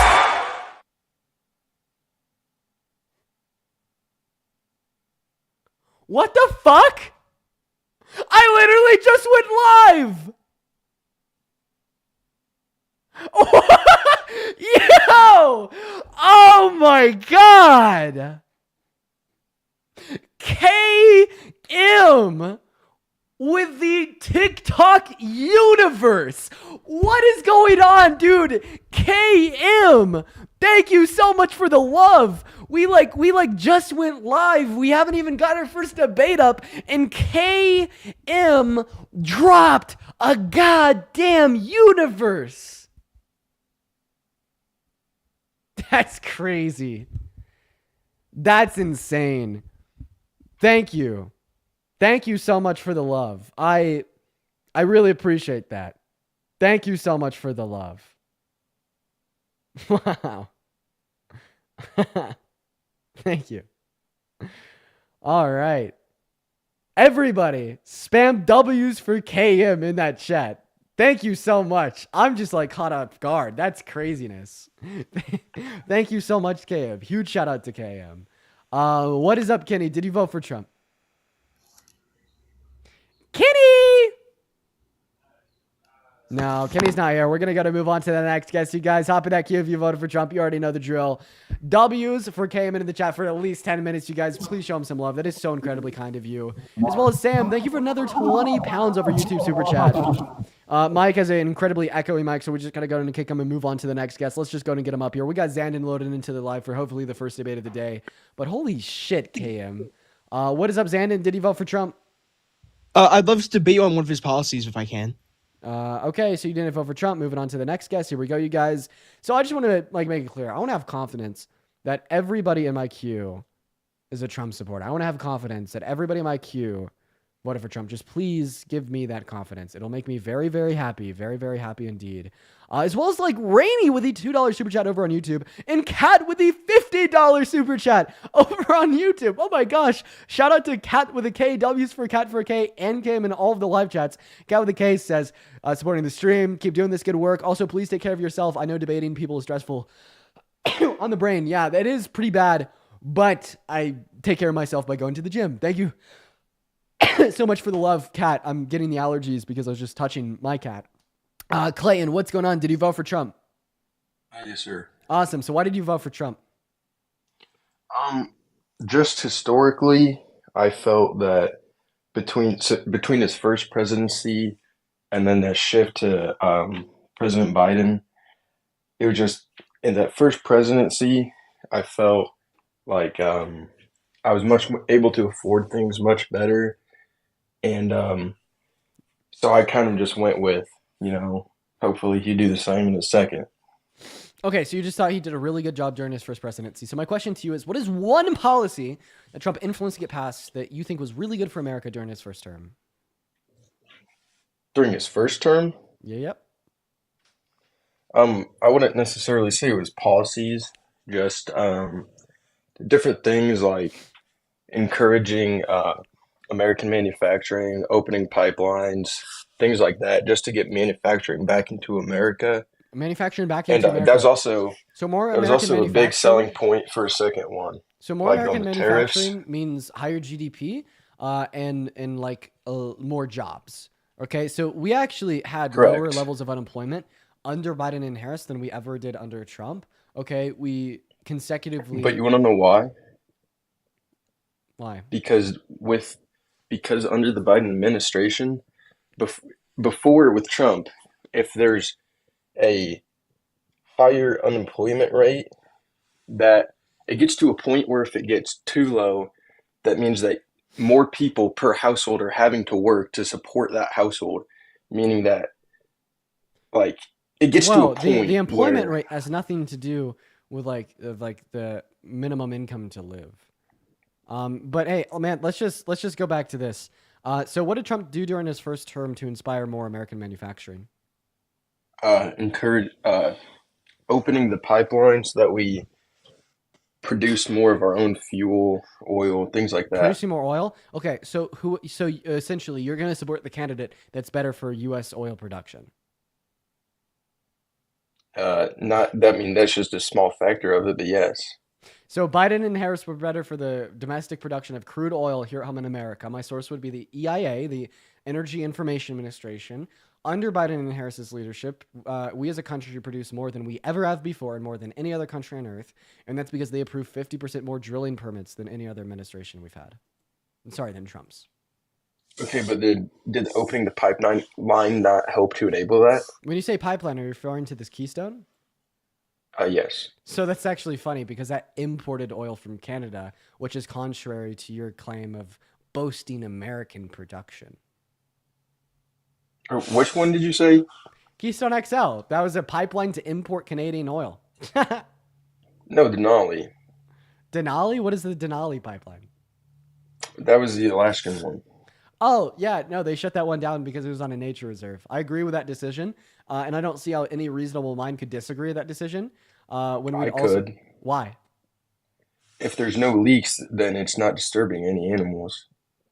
Okay, so but I guess the point is it was on a nature reservation, and we were already But that isn't. producing the most oil that we've ever have. Like for instance, Biden and Harris produced more oil without the pipeline on a nature reservation. But would a pipeline not make that cheaper? What? It's okay. Let me. Okay. And by the way, there will We always be leaks. Can you guarantee no leaks?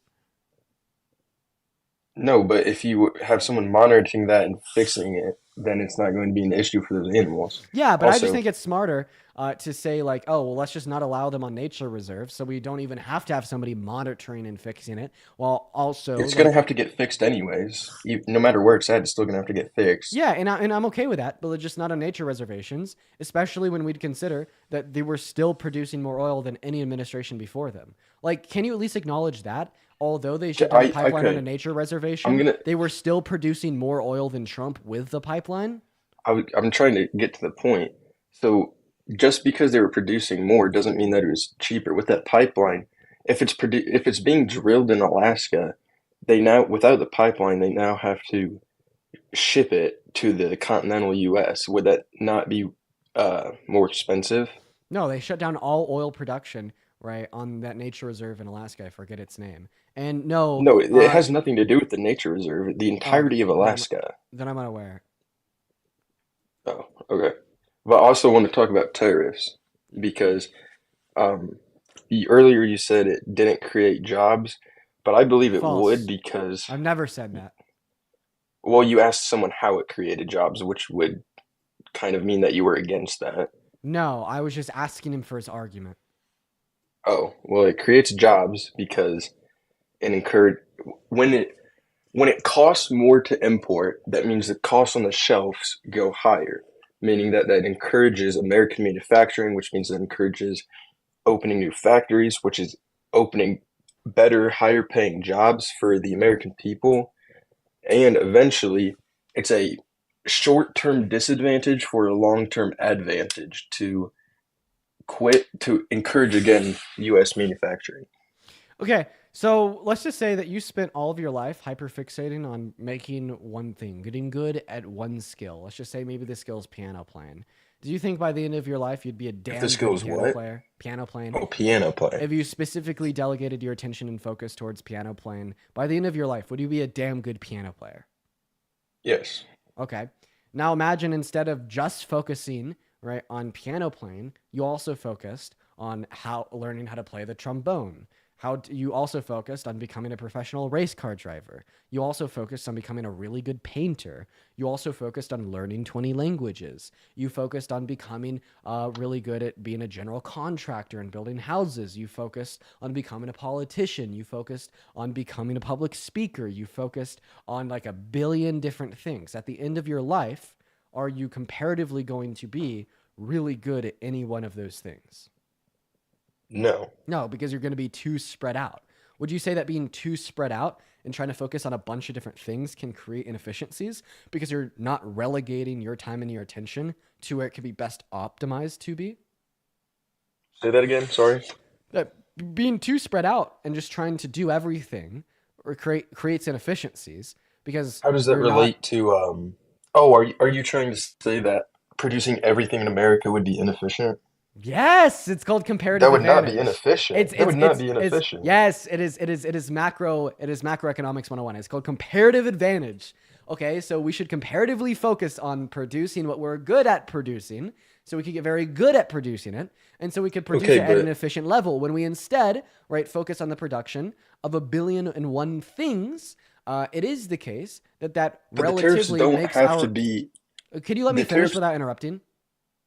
The tariffs don't have to be I told you over to stop an until entire country. I told you to stop until I'm done speaking. All right, bro. Right? And when we try to focus on everything at once, right, the manufacturing sector of America as a whole, right, actually becomes quite inefficient. I'm going to give you the world's best example of this. Are you ready? Sure. North Korea and South Korea. Bro. Whose economy is better? Who is better at more manufacturing? Who is more efficient and aimed for growth in GDP booming like manufacturing sector? Which one, North Korea or South Korea? It's obviously South Korea is And a who's more better economy. and which one implements the protectionist policy and which one doesn't? What I'm not familiar with that policy. Protectionist policy, protectionism. That's like tariffs. I would assume North Korea. Right, because comparative But okay, advantage but can there's actually help your country I never win. said, but the tariffs don't have to be inherently on an entire country. The tariffs can be directed at one item. So if the tariffs is on cars, then that would literally support your piano, whatever, what is it called? Very nice, Example. nice. So like if you tariffed cars, then that would bring tariffs. manufacturing back to Detroit. Isolated tariffs on some products sometimes can be good. They can. They can. So you No agree one's that tariffs are disagreeing good with that. then? No. Because what does Donald Trump want to do? Isolated tariffs on one or two products, or blanket tariffs on all goods coming into our Right, but country blanket from tariffs everywhere else? aren't necessarily bad either. Well, unfortunately, you kind of conceded that they were bad when you said the only types of tariffs that could be good were those placed on isolated products. I didn't say they were the only ones that could be good. So why I said that they would be better. why are blanket tariffs good? Because overall, it's going to support American manufacturing. Those other items are still going to be able to be imported. We don't have to completely stop importing. It's just those items are either A, going to become more expensive, I don't think or be phased out of the tariffs. How about this? So I've already explained to you why it's actually bad for the manufacturing. Like, why don't blanket tariffs support North Korean manufacturing? Why don't they have like a very robust industrial economy? Because they haven't changed or tweaked it whatsoever. They have zero importation regardless of cost, and they haven't like changed those to accommodate for those items that they cannot produce sufficiently. You need to import some things to have a functioning economy? Right. Yes, that's what I'm saying. Okay. I'm saying So in order to have like a sufficient quit cutting me off. No, in order to initially. So how do we determine, right, how many goods into our country we should import? Should we let that be determined based upon the free market and what is determined given supply and demand and across the globalization of trade, or should we try to impose inefficient regulations to impede upon said free market, such as tariffs? Which one? I mean, it would have to depend. Initially, a blanket tariff could be bad. I agree with that. Initially, it could be bad. But you can't just... We wouldn't just implement them and then drop it. That's it forever. Chat, I want to ask the chat a question. Should I stop trying to like teach this guy what comparative advantage is and like use another argument that's a little bit easier to understand? Because I can. Like, so it's like the yeah. So I'm just gonna kind of run through it real quick. So the best counter argument, right, against protectionist policy like blanket tariffs is just literally trying to understand what comparative advantage is. But there's another way to refute this position that isn't as difficult to understand if you don't understand like basic macroeconomic principles, such as comparative advantage. And that is just to posit that there's other protectionist policy that we could use apart from tariffs to reindustrialize like American production.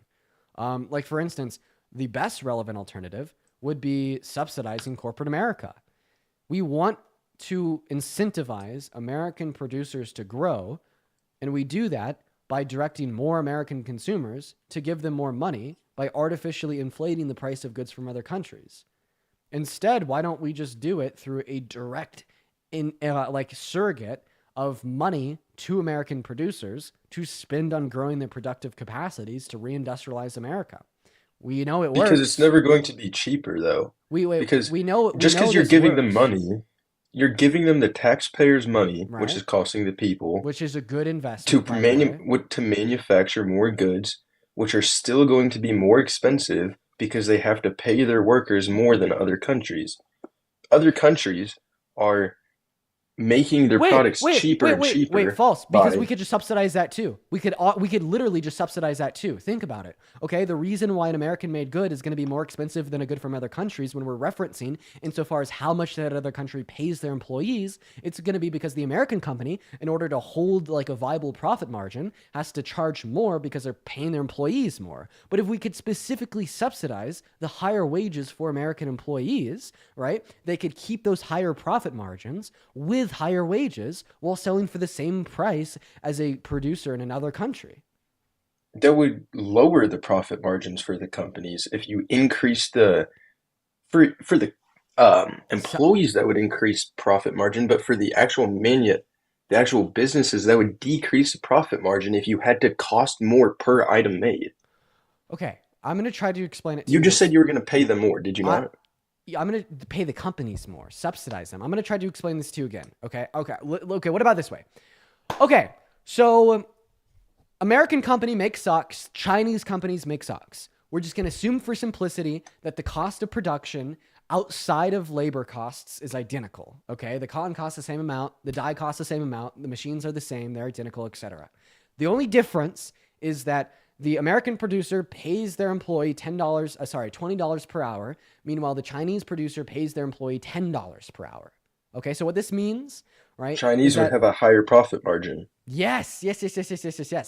Right? Let's just assume that 50 out of every $100 that the company makes is spent on the raw materials, meaning they have $50 left. For the American company, 20 of those $50 goes to the employee. For the Chinese company, 10 of those $50 goes to the employee. The Chinese company is left with $40 in profit. The American company, and then the American company is left with $30 in profit.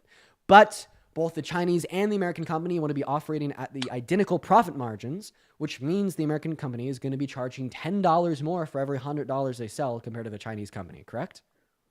Correct. So what if federal government comes in and they're like, hey, we want to be able to have these American producers to sell for the same prices as the Chinese producers. But it would still be costing the people because it's their taxpayer money. If you allow me to finish. Dude. Now the federal government's like, well, we want the American producer to be able to sell their good for the same price as the Chinese producer, right? So we could price the American good back into the market to further industrialize America and grow our own GDP because more people are buying our products, right? And that's all reinvested back into the American economy. So then the federal government is like, for every additional $10 that this American producer spends on the difference between their wages and Chinese wages, we're just going to give them $10 so they could sell their product for the same cost as the Chinese company to get the same profit margin as the Chinese company. Okay, where does the federal government's money come from? Taxpayers. Exactly. So it's still the people's money. They're still paying for that product. It is. They're still paying for that product. So yes, through taxes. Yes. So you're proving my point that it doesn't make it cheaper for the American people if they're paying for it through taxes. It does, because it's one of the best ROIs that can ever be made off of an expenditure from our federal government. We would calculate that this is like a cheaper alternative for the American taxpayer because of the ROI in which it generates. Like, for instance, this is an investment from our federal government using our money to grow our GDP, to generate them tenfold in government revenue, to support a higher quality of life with higher wages for Americans. Can you name a better investment or a better place for our government to spend the taxpayer's dollar? On our education systems, I could think of a million things. Education, Donald Trump wants to literally stop federal government expenditure on education. But I agree. You were able to name one. But funny, because Donald Trump literally wants to stop all federal expenditure on the Department of Education. I never said that he didn't. But I just said that's... Can you agree that that is a good area to spend money, is to subsidize American... I personally don't agree, because wait, why? What the fuck? So you're telling me wait. Money. You're telling me that you'd rather have taxpayers' money be spent on on what? Are you okay? On education. Wait, but he wants to stop spending all money on education. Where do you think is a better place? We're not talking. Wait, I have a question. Where do you think is a better place for taxpayers' money to go to? Subsidizing corporate America to reindustrialize America to grow our own GDP exponentially, or on a fucking other a $10,000 shell to be fired from an AR, right, at a boot camp in California? What? Okay, what? A $10,000 shell from an AR? We spend $800 billion on our government, on our military per year. If we cut that in half, we would still be spending $100 billion more than the second country running up. Do you have any issue with that? With cutting it in half? No, with the current expenditure to our federal government. I have a problem. Just restate the question. Do you have any problem with our current military expenditure? No, not really. Did you have any problem with Donald Trump's tax cuts during his first administration?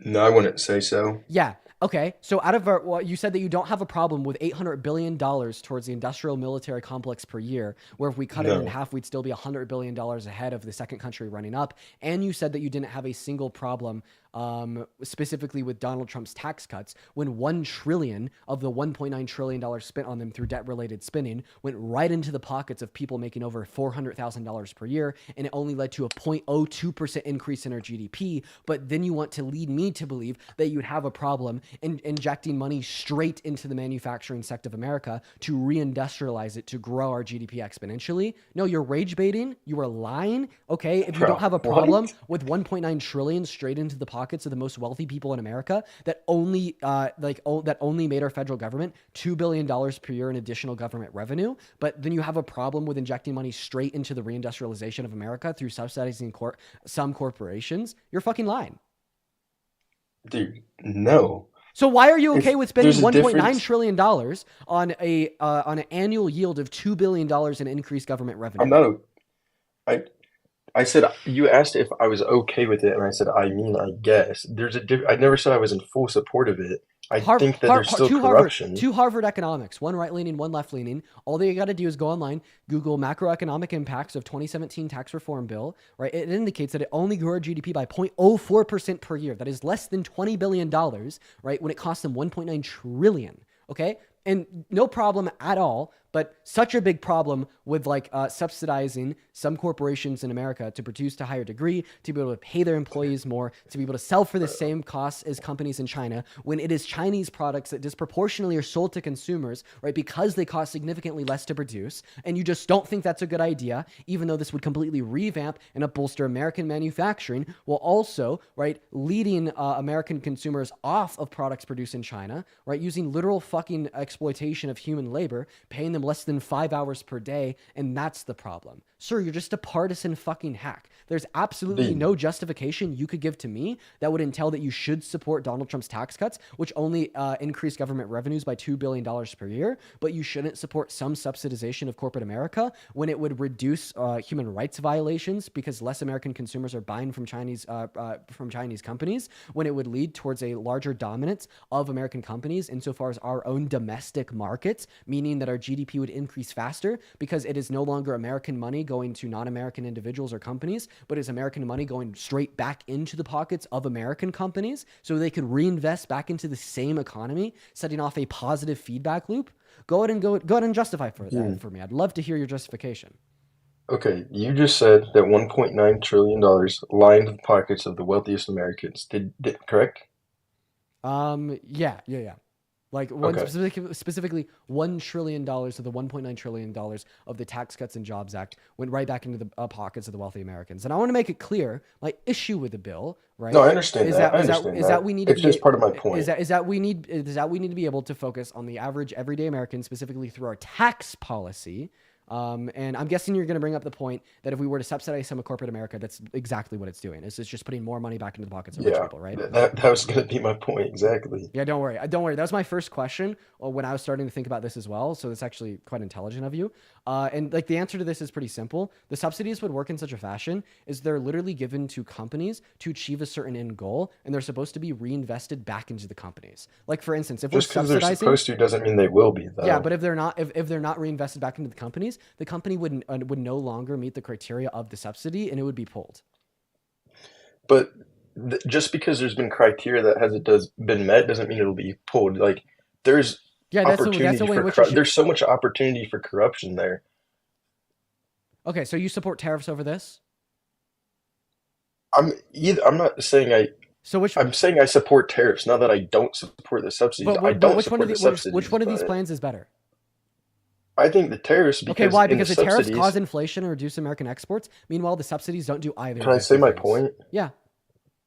My point is that subsidies are Is a tax? Are taxes not the American people's money? Yeah.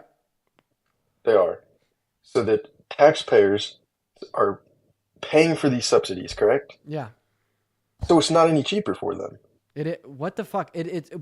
Our government's gonna spend the money nonetheless. Why would we not rather prefer it to be spent on a place? I would prefer it to be on. Hey man, could you give me a fucking second? I'd be preferred. You're cutting me off. Our government is going to spend the money nonetheless. Why would we not want this money spent in a location that generates a higher ROI compared to no ROI? I would prefer using tariffs so that taxpayers' money could, instead of going to that, it could go to things like education, roads, so many different things. So first of all, you understand that tariffs actually decreases the purchasing power of the average American as they increase the price of the everyday goods that you use to survive. Correct. Not to It mention does they do that, also but harm American but it producers encourages because they start manufacturing. trade wars with other countries and they reduce our own exports. And if you're just saying that, oh, tariffs are good because they increase manufacturing, well, I would rather have manufacturing increased, right, via a means in which does not cause inflation to the average everyday consumer and doesn't harm our own exporters while decreasing our relations with other countries compared to tariffs, which do all three of those things. And the whole argument, oh, I would rather have this money fucking spent on roads and healthcare and education. You sound like a fucking liberal. Where was this attitude when Donald Trump spent $2 trillion on tax cuts for the ultra wealthy? Where was this attitude when Donald Trump called for the dismantling of the Federal Department of Education, which means no federal money going to the DOE? Where was this attitude when Donald Trump proposed $8.4 trillion, $8.4 trillion for another round of tax cuts this year, where 80% of the cuts in the bill only go to the top 0.1% of earners? It's like you bring up all of these points that are so virtuous. Oh, you care about education, healthcare. Okay, well then you should have voted for Kamala Harris. I didn't say anything about healthcare. I did. You aren't letting me speak at all, so I'm gonna quit wasting my time and just leave. You're running away. I'll let you speak. You don't let me speak. No, every time I try to talk, I get 15 seconds before I'm cut off. Okay, I won't cut you off. All right. With your point of subsidies, I agree that they could be good, but in the long term, I believe tariffs would be better. Why? Because in the long term, eventually it would encourage manufacturing in America. And what was your point with earlier saying? Wait, but that doesn't mean it's better because the subsidies do the same thing. You're saying that the tariffs are better than But the it's subsidies. but it's because the tariffs still our eventually- money, though. But it makes us more money. What's a fucking investment, dude?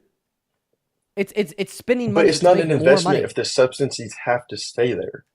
If they have Yes, to it is. stay It there is an investment. permanently, Wait, then it's not an investment. It is. It is an investment because when we spend the money, right, to price American-produced products back into the consumer market, all of a sudden our GDP goes up, our constituents are making more, and our government generates more revenue. It's an investment. It's a very good investment that generates us more money at the end of the day. Instead of just like fucking blowing Maybe money for the on government, but instead not of like for the person. Yes, for the person. Because when the government, he left by the way. Yes, for the person. Because when the government has more money to spend, where do they spend it on? The people. When the government, when our country has a higher GDP, who's that increase in quality of life for? Through social safety nets because of increases in government revenue, the people. God, would you like rather live fucking here or like, I don't know, like Romania? Probably here, right? Why? Because our country has a larger economy, meaning that our government can intake more through taxes to spend more on social safety nets to increase the average quality of life for the Americans' constituents. You know what I mean? He left though. He left. Obviously he left because I think he was actually decent. He was actually decent. Okay. And I think he knew that when he said that our government having more money doesn't increase like the average quality of life. Wait, what'd you say? I'm here. What'd you say? I didn't say anything to you yet. Okay, well I was just checking. I had my volume down. Hi. Y'all was rambling. Also, by the way, y'all were rambling. Yo, real quick, Karen, thank you for the $20 donation over on Venmo, saying for imparting your knowledge. Thank you so much for the love, Karen. Huge shout out to Karen. If you want to support me, you could support me through the link in my bio over here on TikTok, through Venmo or PayPal. If you're watching on YouTube and you want to support me, you could do that through Super Chats or through the Venmo, PayPal in the pin message. All right, why did you vote for Trump? Why did I vote for Trump? I voted for Trump because I told you earlier the two sexes, male, female. Oh wait, I got banned on you. I got banned on you. Can I explain that point again? Oh, Why I I got didn't banned say on? that. Is that why you got banned? No, I don't know. I don't think it was that conversation. So Okay, yeah, I don't know what I can say and not say, honestly. you know, in accordance with Trump's executive order in defining gender, that Donald Trump is legally considered as a female because he said that female and male start at the moment of conception, predicated on the size of like what is it like? On the size of the gametes, but we only see a differentiation in sex at around 6 to 7 weeks with the activation or inactivation of the SRY gene, meaning that we're all technically legally classified as females. Oh yeah, so I mean that's cool and all, but I don't know about the deets of all that, like what he said it in. All I know is it's common sense as far as male and female. No, it's actually just females. Okay, I'm gonna go back to what I just said, male and female. 'Cause No, it's not just female. No, it is literally Maybe just per females. whatever nonsense that you're saying you're reading, but that's what you do though. You put these you pull these little things out of stuff, and all that doesn't matter. The point is that ideology that was happening the last 4 years is dangerous when you're dealing with children though. You got children with like impressionable minds, and y'all saying, "Oh, you could pick your gender." What were you doing when you were 5 years old? Honestly, Hey, Ashley, with all due respect, you're more pro-trans than I am because you think half of our country is trans. Okay, all those people that you call Okay, men, that's cool. they're All right, that's biological cool. females in accordance with Donald Trump's executive orders. Okay, you think half of our country, right, are trans men with valid gender identities.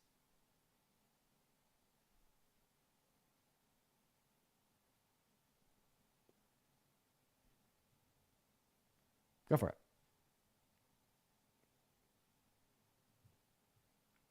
Feel free to unmute.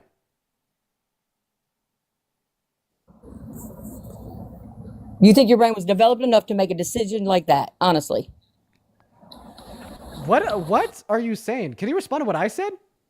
go ahead. Yeah, go ahead. That you think half of our country is trans men with valid gender I don't identities? think anything. You're putting words in my mouth. You do because I don't know what I don't know yes. what little like you're pulling little pieces out of some.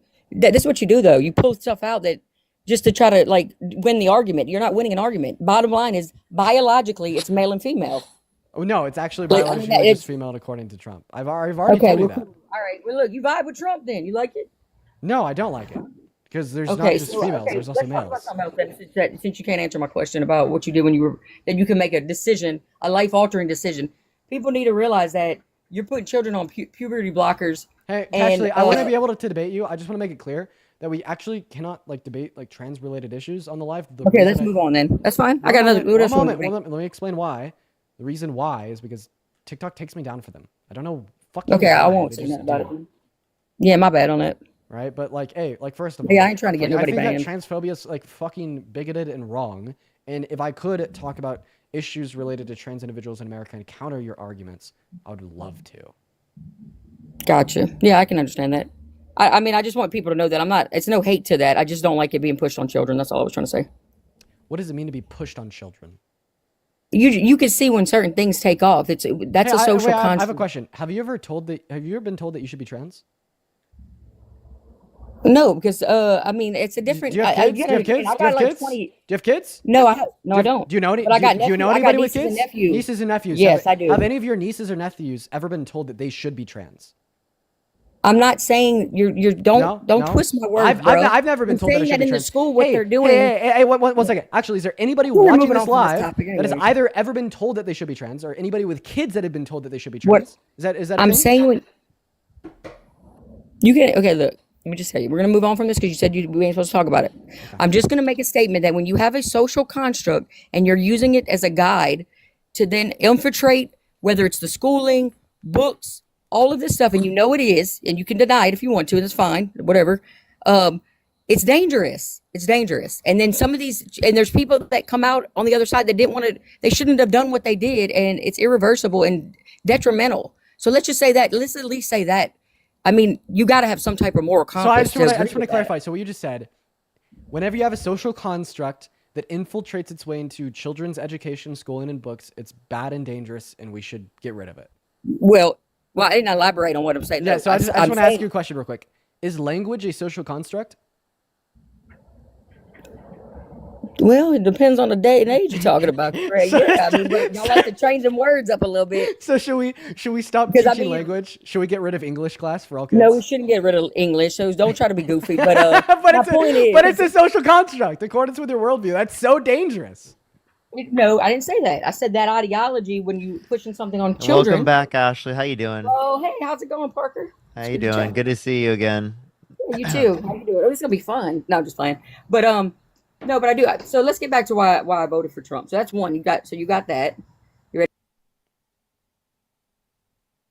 What happened? She got banned for hate speech. I'm telling you, bro, and I got a flag. Surprised. Wow, so surprised. I'm telling you, man. You talk about trans individuals on the live, banned so fucking fast every single time. I'm surprised it didn't take my own live down. Yo, Gloriani, thank you so much for the $25 donation over on Venmo. Thank you so much, Gloriani. Gloriani says he doesn't understand how the budget works. He's thinking we would be taxed more money for your proposal, not that we would be spending that money anyways. By the way, that last woman is on everybody's live. She's annoying. I've actually never talked to her myself. As well, Sam, thank you for the 10 pounds over on YouTube. Thank you so much. But anyways, Parker, welcome in. And what's up, Barack Obama? Did you vote for Trump? No, because I don't like him. But oh my gosh, I did not. Based Obama? Can we get some W's for Obama in that chat? Also, Parker, how you doing, man? Good. How have the debates been today? Nice. They've actually been pretty good. So first we started out here on TikTok and YouTube. We got the TikTok stream way up, almost like 8K in here. Then we got a ban. And then we got a ban, but while I was banned, we all went over to YouTube, and I had like 2.6 thousand people in there, and I was showing off the kitty cat. Also, if you're still watching over on YouTube, make sure to drop a like and drop a sub if you haven't already. I actually did see that. I scrolled on and I saw you with a cat, and I was like, "Oh my god, cat's in the camera." It was a very fun... It was like almost walking into the camera. I was sad that it didn't focus on the cat though. I was hoping the camera did. I know. It was a very fun little intermission. I loved it. What's up, Steven? Did you vote for Trump? Can you guys hear me? Well, I just got a notification from Credit Karma saying that my score went up by over 50 points. Nice. Why'd you vote for Trump, Stephen? Well, I voted based on a few different policies, but mostly it was against Kamala just because of her inability. Yeah. Mostly just because of her inability to really answer questions about what she was standing for and how she was going to run anything. Really? I think she did great at the debates. I think she answered all the questions about like what she was going to do. She actually gave policies, and Donald Trump gave concepts of a plan. Hey, Anna, thank you for the $8 Australian over on YouTube Super Chat. Thank you. What do you mean concepts of the plan? Exactly. That's what he said. So, like, if you think that she was evading questions, why don't you think that he was evading questions when he said concepts of a plan for 9 years running for president of the United States? He didn't say that just once in the debate. He said that consecutively for 9 years without developing a plan. Come on, bro. He doesn't have a healthcare plan, a child care plan, housing affordability plan, a plan to lower prices like he claimed he would. His plans would actually increase prices by the use of tariffs, which will shift the burden of taxation from people who are higher income to people who are lower and middle income. Okay, this conversation of tariffs is actually when I wanted to join the live in general when I first clicked in, because you were having the conversation with a person earlier saying that the tariffs would increase the burden on the general public, which while I agree, in short term, it would increase the burden on the general public while manufacturing is being moved over. But subsidizing companies to pay their employees is falsely propping up the economy, because you're now making it solely dependent on the US government paying those subsidies out to these companies. And that's also going off the basis to say that companies are not just greedy in general and willing to prop up more profit while paying their workers more, increasing the same prices. Yeah, so what I'd say here is like the main goal of a subsidy would be to provide corporate America with more funding allocated to building productive capacities. So it'd be propping up the economy in the sense that we're giving them money to do it. But once they've already done it, then they have it, and they'll have higher productive capacities to hopefully like price their goods back into the market. Now, like the specific hypothetical subsidy I went over, insofar as like granting it specifically to pay their workers more while keeping same profit margins. yeah, like that would be a continual subsidy that must exist, right, until a sufficient level of productive capacity is to be met, could be met to price the good back into the market without further subsidy. But this was all just like a hypothetical alternative to tariffs that would achieve the same goal without producing as negative of consequences, like a lot of inflation and destruction of foreign relations and collapsing of our own exports. But I myself am a pretty strong advocate against most all protectionist policy, which would include subsidization of corporate America and tariffs. Well, I think that the tariffs would be less impactful as far as what the American goods will have to do, because at least in how I've understood it and how I've come to kind of formulate my beliefs around it, the tariffs are going to incentivize American owned companies to move production back to America. We have, different manufacturing. Appreciate that. Thank you, Pretty. We have different manufacturing across the world, obviously, and there's no problem with it as is. I don't think so. But I think what you just said is wrong. Stephen, in the same way that you said that it would rely on the subsidy for the American businesses to continue to prosper, you would also rely on the tariff being in place in order for the American businesses to be able to outcompete, right, businesses from like around the world in terms of their production. But also what you're not taking into account is that American businesses would lose because some of their production processes come from other places around the world, right? Like part of the production process, right, isn't always in the United States. So that could literally destroy plenty of industries within the United States that rely upon that. They rely upon imports for production. Which is part of the reason for the tariffs. You're bringing production back to America, you're bringing jobs back to America, and you're cutting down production cost in the process. No, you're not. You're looking at the shipping. You're looking at how are you cutting production costs? That would actually increase production costs. Because while there is a net increase from paying your workers in America, that's an increase in production costs. Would you agree? The difference in the shipping and bringing the things back to America, how much of it would be a difference? I'm not sure. I don't, But wait, production cost. That's what we're referencing. You said the production cost was not higher in the United States, but now you're admitting that it was higher in the United States? I'm saying currently. Okay, so it is higher. It's higher in the United States. It's higher to produce it's higher to produce different things in America right now. And the reason for the tariffs was to even out that discrepancy. You place tariffs on these companies that are importing from different countries so that it levels out the playing field.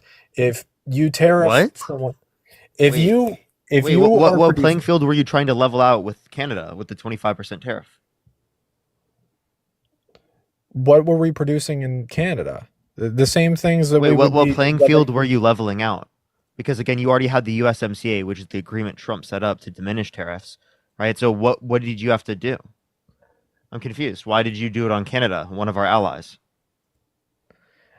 It's the same as every other country. This is what I'm saying. Whatever we are producing in Canada, the discrepancy between what it costs in Canada and what it would cost to produce in America is however much. If we have to transfer that manufacturing to America, we have to incentivize it in a certain way. If that's going to be tariffs, then that's going to be tariffs. If the difference between manufacturing in the US and the manufacturing in Canada is 25%, I don't think it is, but it's just the number that we're using. If that difference is not going to be made up anywhere, then companies are not incentivized to use American workers, to use American soil. Okay, so then why don't you just rely upon other things that American workers might be able to do other than domestic manufacturing? Such as what? Other types of jobs that are being gained in the economy. Typically, it's service jobs in the United States. But the point that I'm making is that you understand that this is just a natural trend within the American economy, right? That is leading towards there being less types of domestic type of manufacturing jobs in the United States. Now, you could say, and we could prop this up with tariffs, but that's going to disenfranchise people in the United States because they could be engaging in more efficient or more profitable actions, other things that would be able to create profitability comparative to domestic manufacturing, which isn't profitable within the United States, right? In its current state, which is Yeah, that's why you have to. Why you have to impose the tariffs. This is what I'm saying. The tariffs have a purpose, whether or not it's whether Well, why? or not Why? it's, Because do you think it's going to increase overall jobs? Because if you impose a tariff, you're going to have decreased GDP, which means overall you're probably going to lose jobs, right? So plenty of American jobs that rely upon, again, parts of the production process in which, say, materials or different types of goods come from countries around the world. If people are ordering less homes because the prices are way higher for lumber, right? Well, then people who are constructing those homes have less jobs, right? Does it make sense? again, I understand what you're saying, but the difference between the production outside of the country and the production inside of the country, we have the resources to produce most anything inside the country. Granted, there are outliers, but genuinely, the majority of resources that we would be bringing in don't have to be imported. And the difference between the two is strictly based around price. Okay, what specific things don't need to be imported? That wouldn't make sense to put a blanket tariff on an entire country, right? If you're saying it's specific goods, then you would do a targeted tariff. But he did. He didn't. He didn't do targeted tariffs on Canada and Mexico. He did blanket tariffs, right? And then like 10% on oil and gas and energy. Right, which are three of the biggest imports that we have. And then Canada and Mexico, I'm not familiar enough with the tariffs to talk about specifics of them, so I can't speak on that for sure. But it's a blanket tariff. So, like, again, under your own perspective, right, you think it should be a targeted tariff, but he does a blanket tariff. Please explain to me, based upon your reasoning, why that would then be compatible. Like, your reasoning with, again, what he did. Again, I can't speak for the Canada and Mexico because I'm not sure what we import from them. But I know that our biggest imports, such as China, Thailand, India, the bigger production imports we'll have yet to see, but they are general biggest imports. We get massive amounts of importing from China. We get massive amounts of imports from Thailand. We get massive amounts of import. Okay, so then you want to reduce the available supply to consumers, which will raise prices and hurt consumers. So what you're doing is you're replacing income tax, which predominantly is going to get revenue from people who are more wealthy, right? And you're replacing it with tariffs that's going to predominantly or disproportionately negatively impact people who are lower income, because they spend a greater proportion of their income on imported goods and consumer goods. All right, I'm gonna level with you guys. This has been great conversation, and I've been enjoying myself so far. But genuinely, my phone is on 6%, and I'm not home right now. So thank you very much for having me on, but I gotta get going. For sure, for sure. Jacob, thank you for the $5 super chat over on YouTube. Thank you, Jacob. If you're watching the stream right now and you'd like to support either myself or Parker on TikTok, you could find our Venmos, PayPals, and for him, a Cash App in the link tree in our bios. You get 100% of the proceeds on those platforms, and you'll get a shout out, and you could attach a name and a message. It works a lot like a YouTube super chat due to the notification we get at the top of our phone screens. If you're watching on YouTube, you could support me through my Venmo or PayPal found in the linked pin messages, and then of course through YouTube super chat as well. What is going on? I am that kid intelligence. What is up? Did he vote for Trump? Judy, thank you for the $10. Thank you. Also, yo, Parker, do you wanna call me on Discord? I don't know if I will overall want to record. So I mean, I can. If you decide that you want to record, you could just leave the call. All right, then. Kid Intelligence, what's up? You vote for Trump? Okay, they're not here, so we're gonna move on to the next guest. You guys, everybody, just do give us a minute. Yeah. We're gonna get Parker up on the screen, folks. Ashtray, thank you for the £5 over on YouTube. Ever since I started watching these streams, I've learned so much. I appreciate you for the love. What is going on, Brody? Did you vote for Trump? No, I did not. Bye, hey. All right, moving on to the next guest. Here we go. Got Sarah Did you see loading in. my call? I'm on Discord. Yes, sir. Yo, Sarah, did you vote Trump? No. Okay. I got you with the next person. I don't know. Yeah. If you could help, that'd be great. I'm just Yo, what's up? How old are you? Fuck Donald Trump. Fuck Donald Trump. Hey. Based. Okay, guys. Parker's gonna help us get our next guest up here. Well, I am just figuring out Shit. Parker's How old are webcam you? over on YouTube. So Yo, hello? be patient, guys. How old be are you? patient. Yo, I'm 22. Did you vote Trump? Yeah, I voted Trump. Why so? I think he did good in 2016. Yeah. Why do you think you did good in 2016? We had no new wars started. The economy was pretty good until You think COVID. so you think the economy was good in 2016? Until COVID. So the economy was good. Okay. Well, you know that Obama was president in 2016, right? Yeah. Okay. So then, how do you respond to that, bud? I think Obama was doing good for the economy towards the end of his term. Yeah. So Set up Trump good inherited a good presidency, economy, and by the Trump time he ran with left, it. it was bad, right? What? Yeah. So he inherited a good economy, and by the time he left, it was bad, right? Because of COVID, though. Did you know there was a higher unemployment rate when he left office comparative to when he got into office? But that's ignorant to say without including COVID. Oh, wait, isn't it ignorant for you to say that like the Biden-Harris administration's at fault for just something that just happened under the administration without giving I'm the not reason saying why they they're would have caused that? necessarily 100% at fault for the economy, but they definitely didn't help it enough. I'm saying what my big issue with them was the border. That was my big issue with them. Do you see the YouTube stream? Yeah, no, I did see that. That's why I did that. Sorry, go for it. I'm beautiful.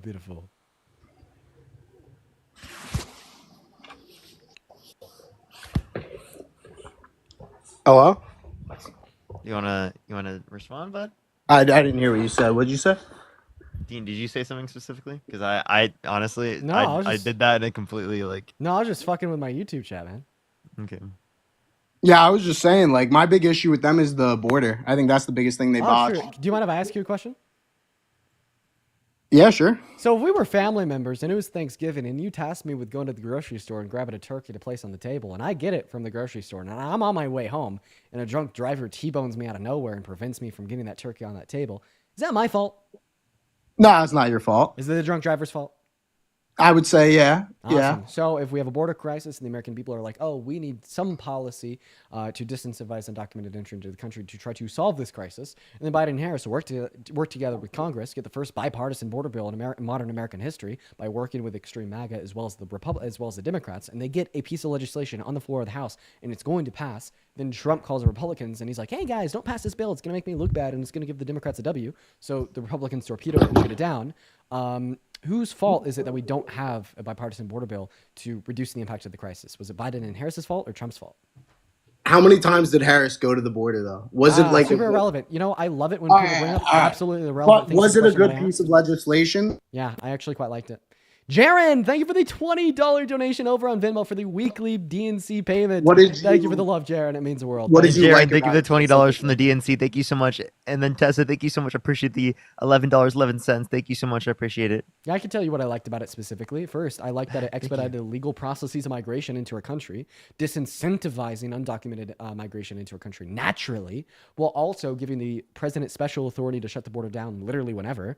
But it had an emergency shutdown regardless of the president's say at 5,000 daily crossings over a week average. So overall, I just think it added more precautions to expedite the legal processes of migration, which I think have been severely neglected throughout modern American history, and that's what we need to be focusing on, while also giving the president some special authority.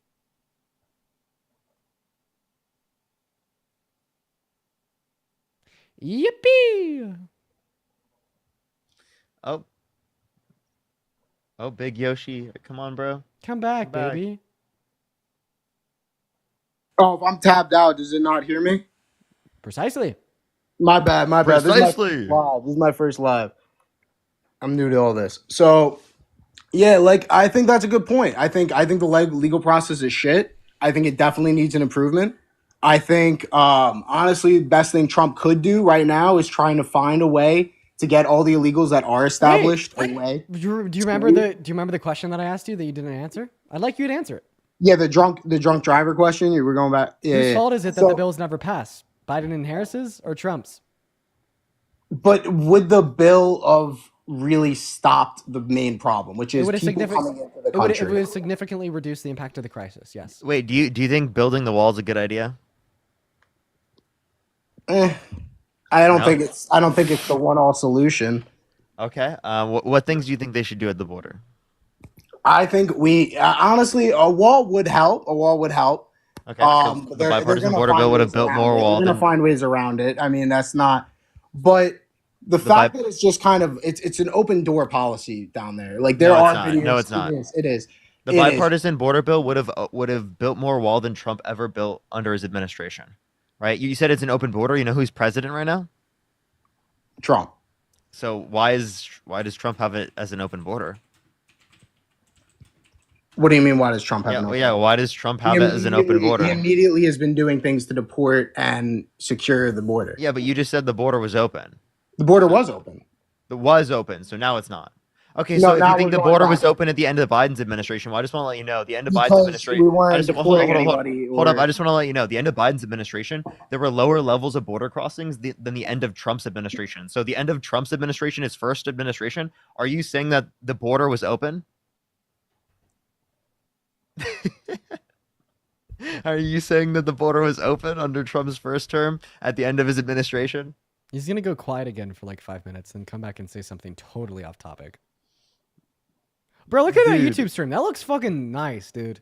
I know it does. It does. Yeah. You know what? If you keep focusing on this you're debate, I'm saying gonna make that it look even prettier. if you're saying that there was more border crossings under Trump than there was Biden. Yeah, at the end of Trump's administration, the daily average crossings was higher than the end of Biden's administration. Was the overall though?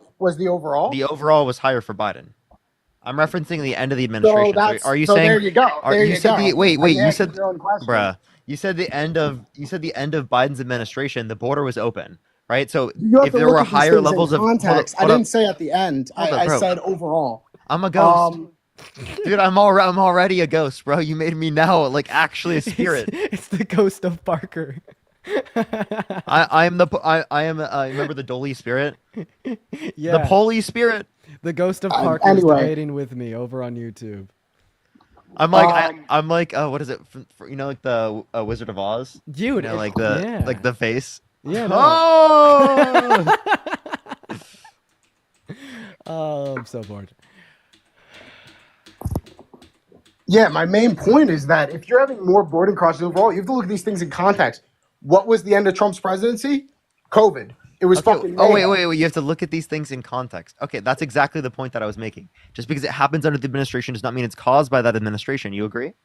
Oh, 100%. What did the Biden-Harris administration do? Let me ask you the question. What did the Biden-Harris administration do that caused the border to be open? They didn't do anything about it, right?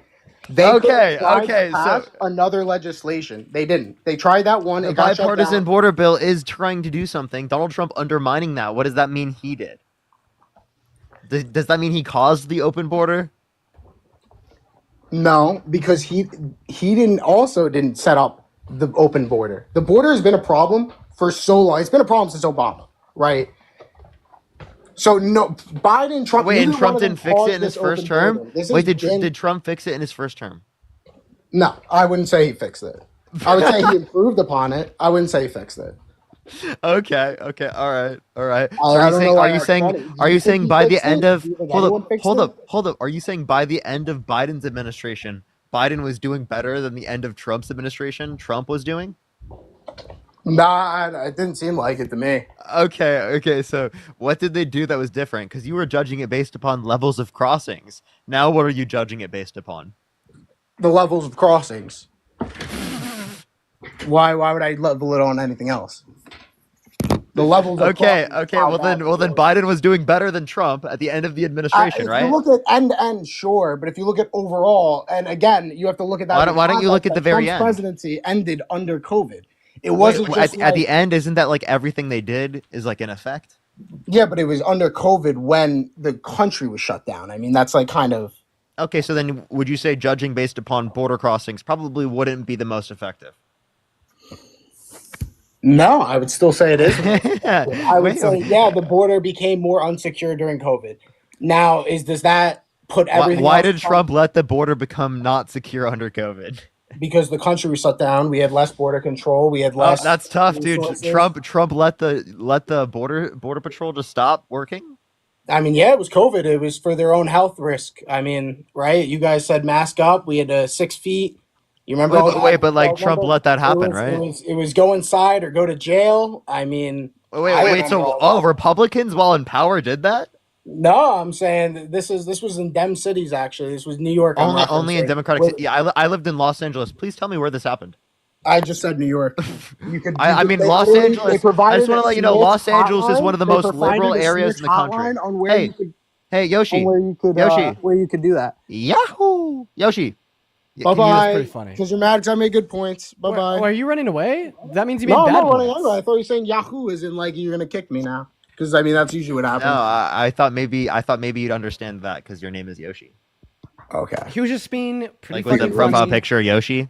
So it's like. Of course, the Trump supporters no sense of humor, so obviously didn't pick up I'm on sorry. that. I'm sorry. Did you like play Nintendo as a kid, bro? Well, I thought that was gonna be like Yahoo, and then you kick me. You know, like I thought. My bad. No, that's okay. That would have been pretty funny, actually. That's what I'm saying. I thought you set it up. maybe I'll remember that. yeah. Yo, Shadow, thank you for the $20 over super chat on YouTube. I missed your $10 one earlier, so just thought I'd thank you for all $20 now. Thank you, Shadow. Show some love to Shadow. Okay, go. But ahead, I'm down Yoshi. to do other topics. I'm down to keep talking this one, or if you want to get someone else on here, whatever you guys want to do. Yahoo! Yeah, he said it, not me.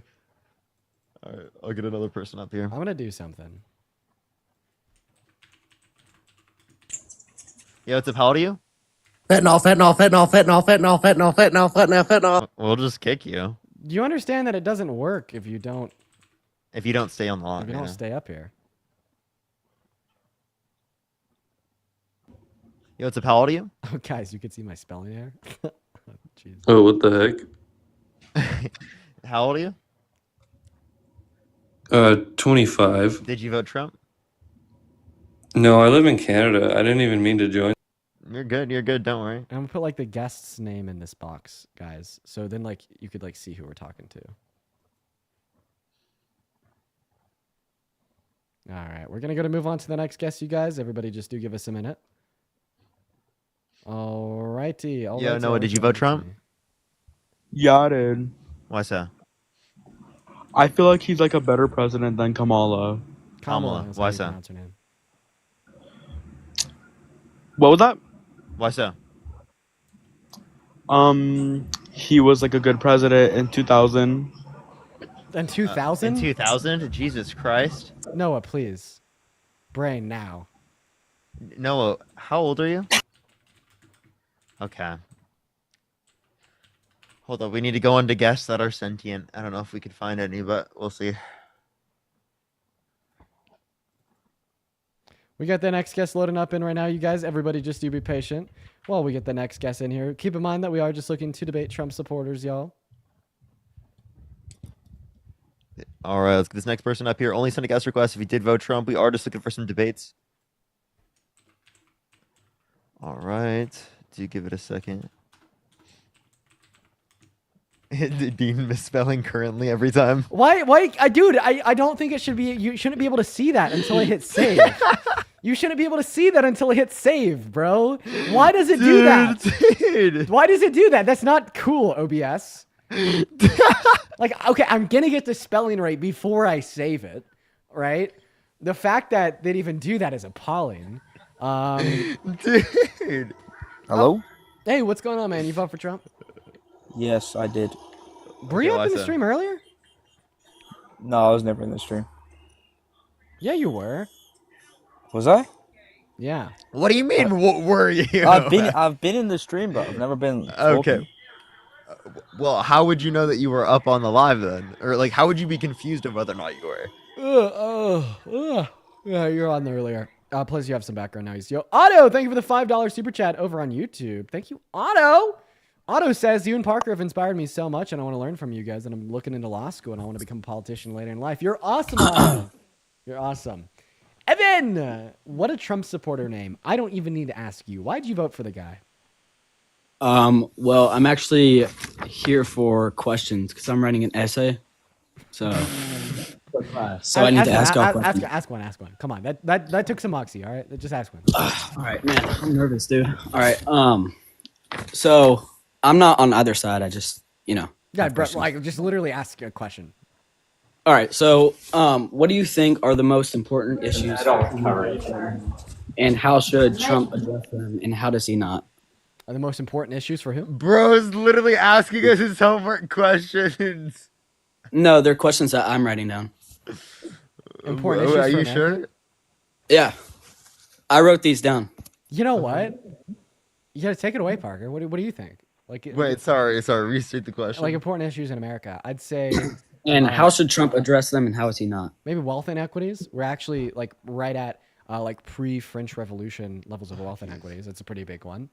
It's a really broad question. I could say a lot of things. Okay, I mean, we'll talk about the tax policy. Instead of instituting a regressive tax policy by the use of tariffs, he should increase taxes on people who are extraordinarily wealthy to offset the deficit imposed by massive tax cuts for billionaires that he did on his first administration. All right. So I'm just gonna give you some like background.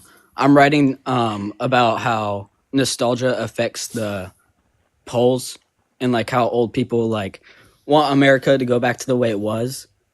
How they think like how it was back then. Very So like, well, their voting is getting swayed by nostalgia.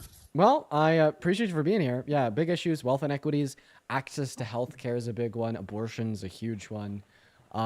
You could also just go with like big social issues, like pushes from Christian evangelism for like anti-gay movements, etc. There's a lot of big issues, Evan. I'm happy that we could come up here and we can answer that question. Feel free to also continue to listen into the stream, man, because we're talking about the big issues all day long. Jonathan, thank you so much for the $10 super chat over on YouTube. That is very kind of you, Jonathan. Thank you. Seriously. V as well as the $2 YouTube super chat for the weekly DNC payment. How kind. What is up, Kate? Did you vote for Trump? No, I just wanted to ask you a question real quick. Sorry, Kate. We're just looking to debate Trump supporters. I know we kind of let it slide with that last guest, but that's why you can't let it slide at all. 'Cause then people feel like they can. Yeah. Yo, what's up, guys? How do you? Why are MAGA people so stupid? Real. That's so real. Guys, come on, please. Only up in the queue if you voted for Trump, please. Dude, I forgot. Co-host Parker. Dude, I can't spell. God damn it. I can't Dean, spell. this is like amazing. I can't spell, dude. There's no spell Dude, check. you should see me in Discord. I'm worse. I can't even be saying anything, dude. I'm terrible. I'll hit Oh my send. God, Dean, I love you. I love you, Dean. Thank you for the love. I appreciate it. Only Dean is crazy. Only Dean is crazy. This is what I get. This is what I get for the years of Dean being a Parker clone. I'm just kidding. Daniel with a $5 donation telling us to hit a blinky. Imagine that. I got it. He got it for me. I'll hit a blinky on the anxiety pen real quick. How about that?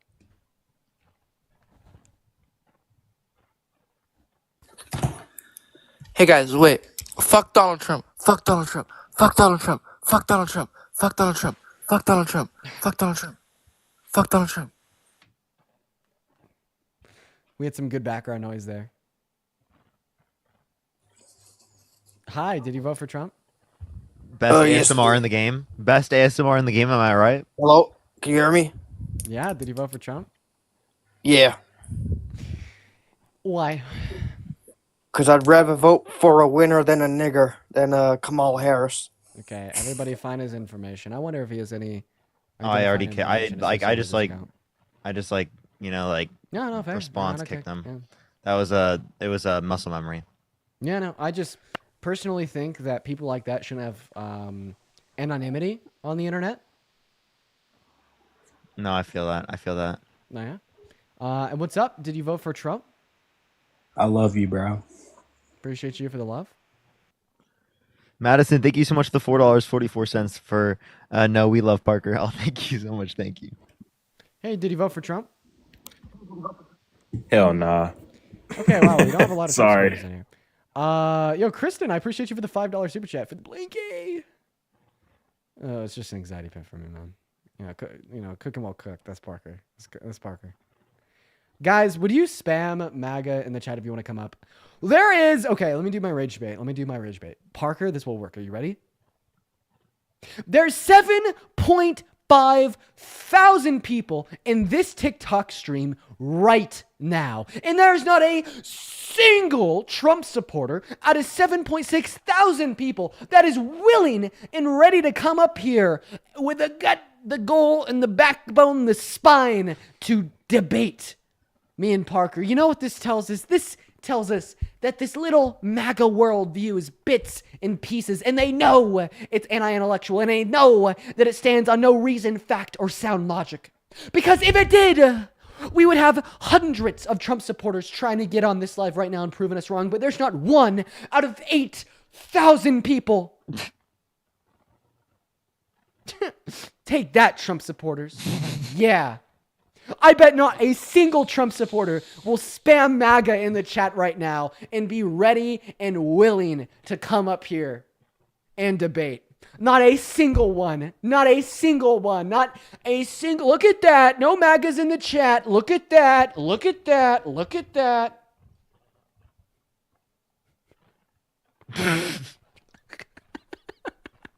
We got a couple. Okay, we got a debate. That was so easy.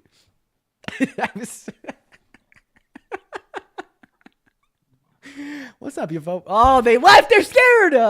They're scared. They're so scared. Dude, look at these MAGA snowflakes running away, dude. Running to their safe spaces. So scared. I was gonna title a YouTube video that MAGA snowflakes runs away to safe space. Dude, that's so rage baiting and clickbaity, but I love it. Dude, I wanted to do it so fun. I thought of that. I was like, dude, I gotta do that. That's so fucking rage bait. But it's funny. No, we have funny. We have fun. We have fun. Dude. We have fun. We have fun. Someone in the chat said Diva Dean. Someone else said that I'm tweaking. Hello. Yo, no, you vote for Trump, man? Yeah, I did. Weren't you just up here like 5 seconds ago? Yeah, my Wi-Fi crashed out. What is the statistical likelihood of that outcome? That's crazy. Nobody's spamming MAGA. All scared. All losers, quite frankly. Quite frankly. Would you help us try to get our next guest up here? Yeah, I got you. Phenomenal. Hey, you vote for Trump? No. Okay, yo, Frog, thank you for the $5 super chat. Saying Trump and Elon are the equivalent of two bullies on the playground, but the playground is American. We're all going to die. Keep up the good work. Fancies guy. Well, hey, I appreciate you for the love nonetheless.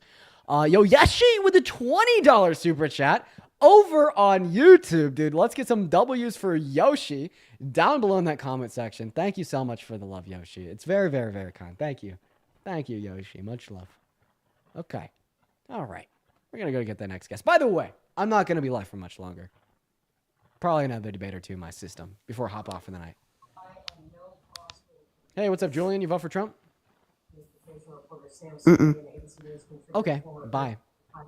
Bye. Had a zone out moment. Dude, unreal. I just like spawned back into. You ever get the feeling like you just like spawn back into reality? Like you're just like you zone out and you're like, bro, you just hit a and then blink. just like you just hit a like zone blinker. back in, dude. You just hit a blink. Yeah, I have to like load back into the map. You know what I'm saying? Cloud9, Cloud 10 and a half, quite frankly. Hey, Dream, did you vote for Trump? Hi. So please don't kick me. No, I didn't vote for Trump, but I've been debating. I'm sorry. Yo, Christian with the $300 on PayPal. Christian. Oh my gosh. Can we get some W's for Christian in the comment section right now? W's for Thank you so Christian. much. I appreciate it, Christian. W's for Christian. Boom. Holy shit. Boom. Christian. Boom. Hey, also, hey, Oh shout my out. God. Thank you so much for the $20 YouTube super chat saying I could pretend to be MAGA, but then I have to turn tricks on a street corner until I'd get myself respect back. Appreciate you for the $20 super chat. W's to Shadow and For Christian, holy shit, man, that's crazy. 300 Yo, W's for big Christian in the ones. chat, everyone. I want to see at least 300,000 fucking W's for Christian in the chat. Let's actually get at least 300 million, billion, trillion. Can we get a quadrillion, please? At least 300 quadrillion. Magma. Karen, thank you so much for the $20. Thank you so much. I appreciate it. Thank you. Hey, by the way, if there's anybody watching, if you want to, like, you know, do something cool, feel free to go to my YouTube after I, you know, finish these debates. Go to the replay of this live, chop up some good moments that are, like, entertaining and whatnot, and post them on TikTok. All I'm going to say is there's been, like, a handful of people that have been able to pull multi-million view videos of, like, an entertaining debate moment on these streams because of how high the camera quality is over on YouTube. And I just wanted to, like, put it out there. I fully support and endorse that. I fucking fully support and endorse those behaviors. Go for it. I don't even care. Make them over a minute long. Make some money off of the creator fund. Keep it all. Good fucking work.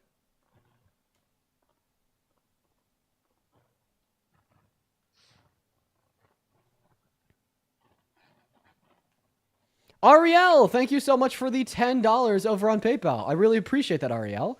Saying thanks to thank you so much. W's for Ariel down below in that comment section. As well as By Kitty with a $5 through YouTube Super Chat and Undefined with a 2. Yo, Lily, what's up? You vote for Trump? Yes. Why is that? So, No, you want to pause, please. Come on. Please come back. I'm begging you. I just wanted to... Okay, my bad. So I don't actually consider myself a Republican. However, I voted for Trump because I feel like he's better prepared. Not that Harris is not prepared to be president, but that he's better prepared to handle international policy and certain things that he proved during his initial presidency. I feel like Harris would have been able to prove that maybe later on, but we didn't really get to see that enough in my mind to warrant voting for her. So was the explicit call for ethnic cleansing in the Middle East just like one of those prime exhibitions of his Well, that's not foreign policy? Or... That's not. I don't agree with everything that Trump has done in terms of international policy. However, I think I wanted to actually talk about the tariffs too, because I've been on the stream watching, and I think that in terms of economic policy, at least, the tariffs, I feel like that point, you can't really make the point that the tariffs were an issue that was imposed by Trump, because it's not like Biden got rid of his initial tariffs that he imposed. Wait, yes. So first of all, you're making a false assumption that we don't think anything Biden did was an issue. So we'd say like that's him fine. keeping the imposition of Donald Trump's specific like tariffs on China wasn't a good choice. And it's even likely that Kamala Harris would have kept those and rolled them over. But like introducing like a 15% bump to the tariffs he already has on China while also advocating for flat tariffs on all goods imported from every other country, that's just a significantly more important issue. Okay, well, that's fair, but I don't think that you can make the point that Trump is terrible for America by talking about the tariffs due to the fact that they continued to be imposed during the Biden-Harris administration. Yeah, this is like comparing like pricking somebody's finger with a needle and like shooting somebody in the back of the head with a gun. So can we at least acknowledge the vast difference in levels of harm created given blanket tariffs on goods imported from all country compared to a few isolated tariffs on products from China? Okay, yes, we can agree on that. Perfect. But and then moving on, and I'll concede that that's fine. I wanted to talk to you about that though, because I'm not going to sit here and try to say that I think I'm highly intelligent. I'm glad that we're having this conversation, but I also do think in terms of the border issues as well, I do think that the reason I went on pause earlier is because I was trying to find a specific article that I was looking at. But during the Biden-Harris administration as well, there was a bunch of issues that happened, such as like just the border policy was not good in general. I'm not saying that Sorry, go ahead. Oh no, I'm sorry. I just said like quite frankly, I don't even know why I don't even know why I said that. I just did. I didn't mean to interrupt you. Please continue speaking. I literally, I said quite frankly, and I had no reason behind it. I just please continue to speak. So, during the Biden-Harris administration, we had a bunch of DHS officers that were overwhelmed with their jobs, leaving their jobs. We saw a much higher rate of people leaving their jobs. We saw a substantially higher amount of people being killed at the border. I don't remember what the exact number was because I can't go look at the actual quote, but that's So you said they had bad border policy. What was their bad border policy? Well, I'm saying that I can't name you the specific policies, but I can tell you that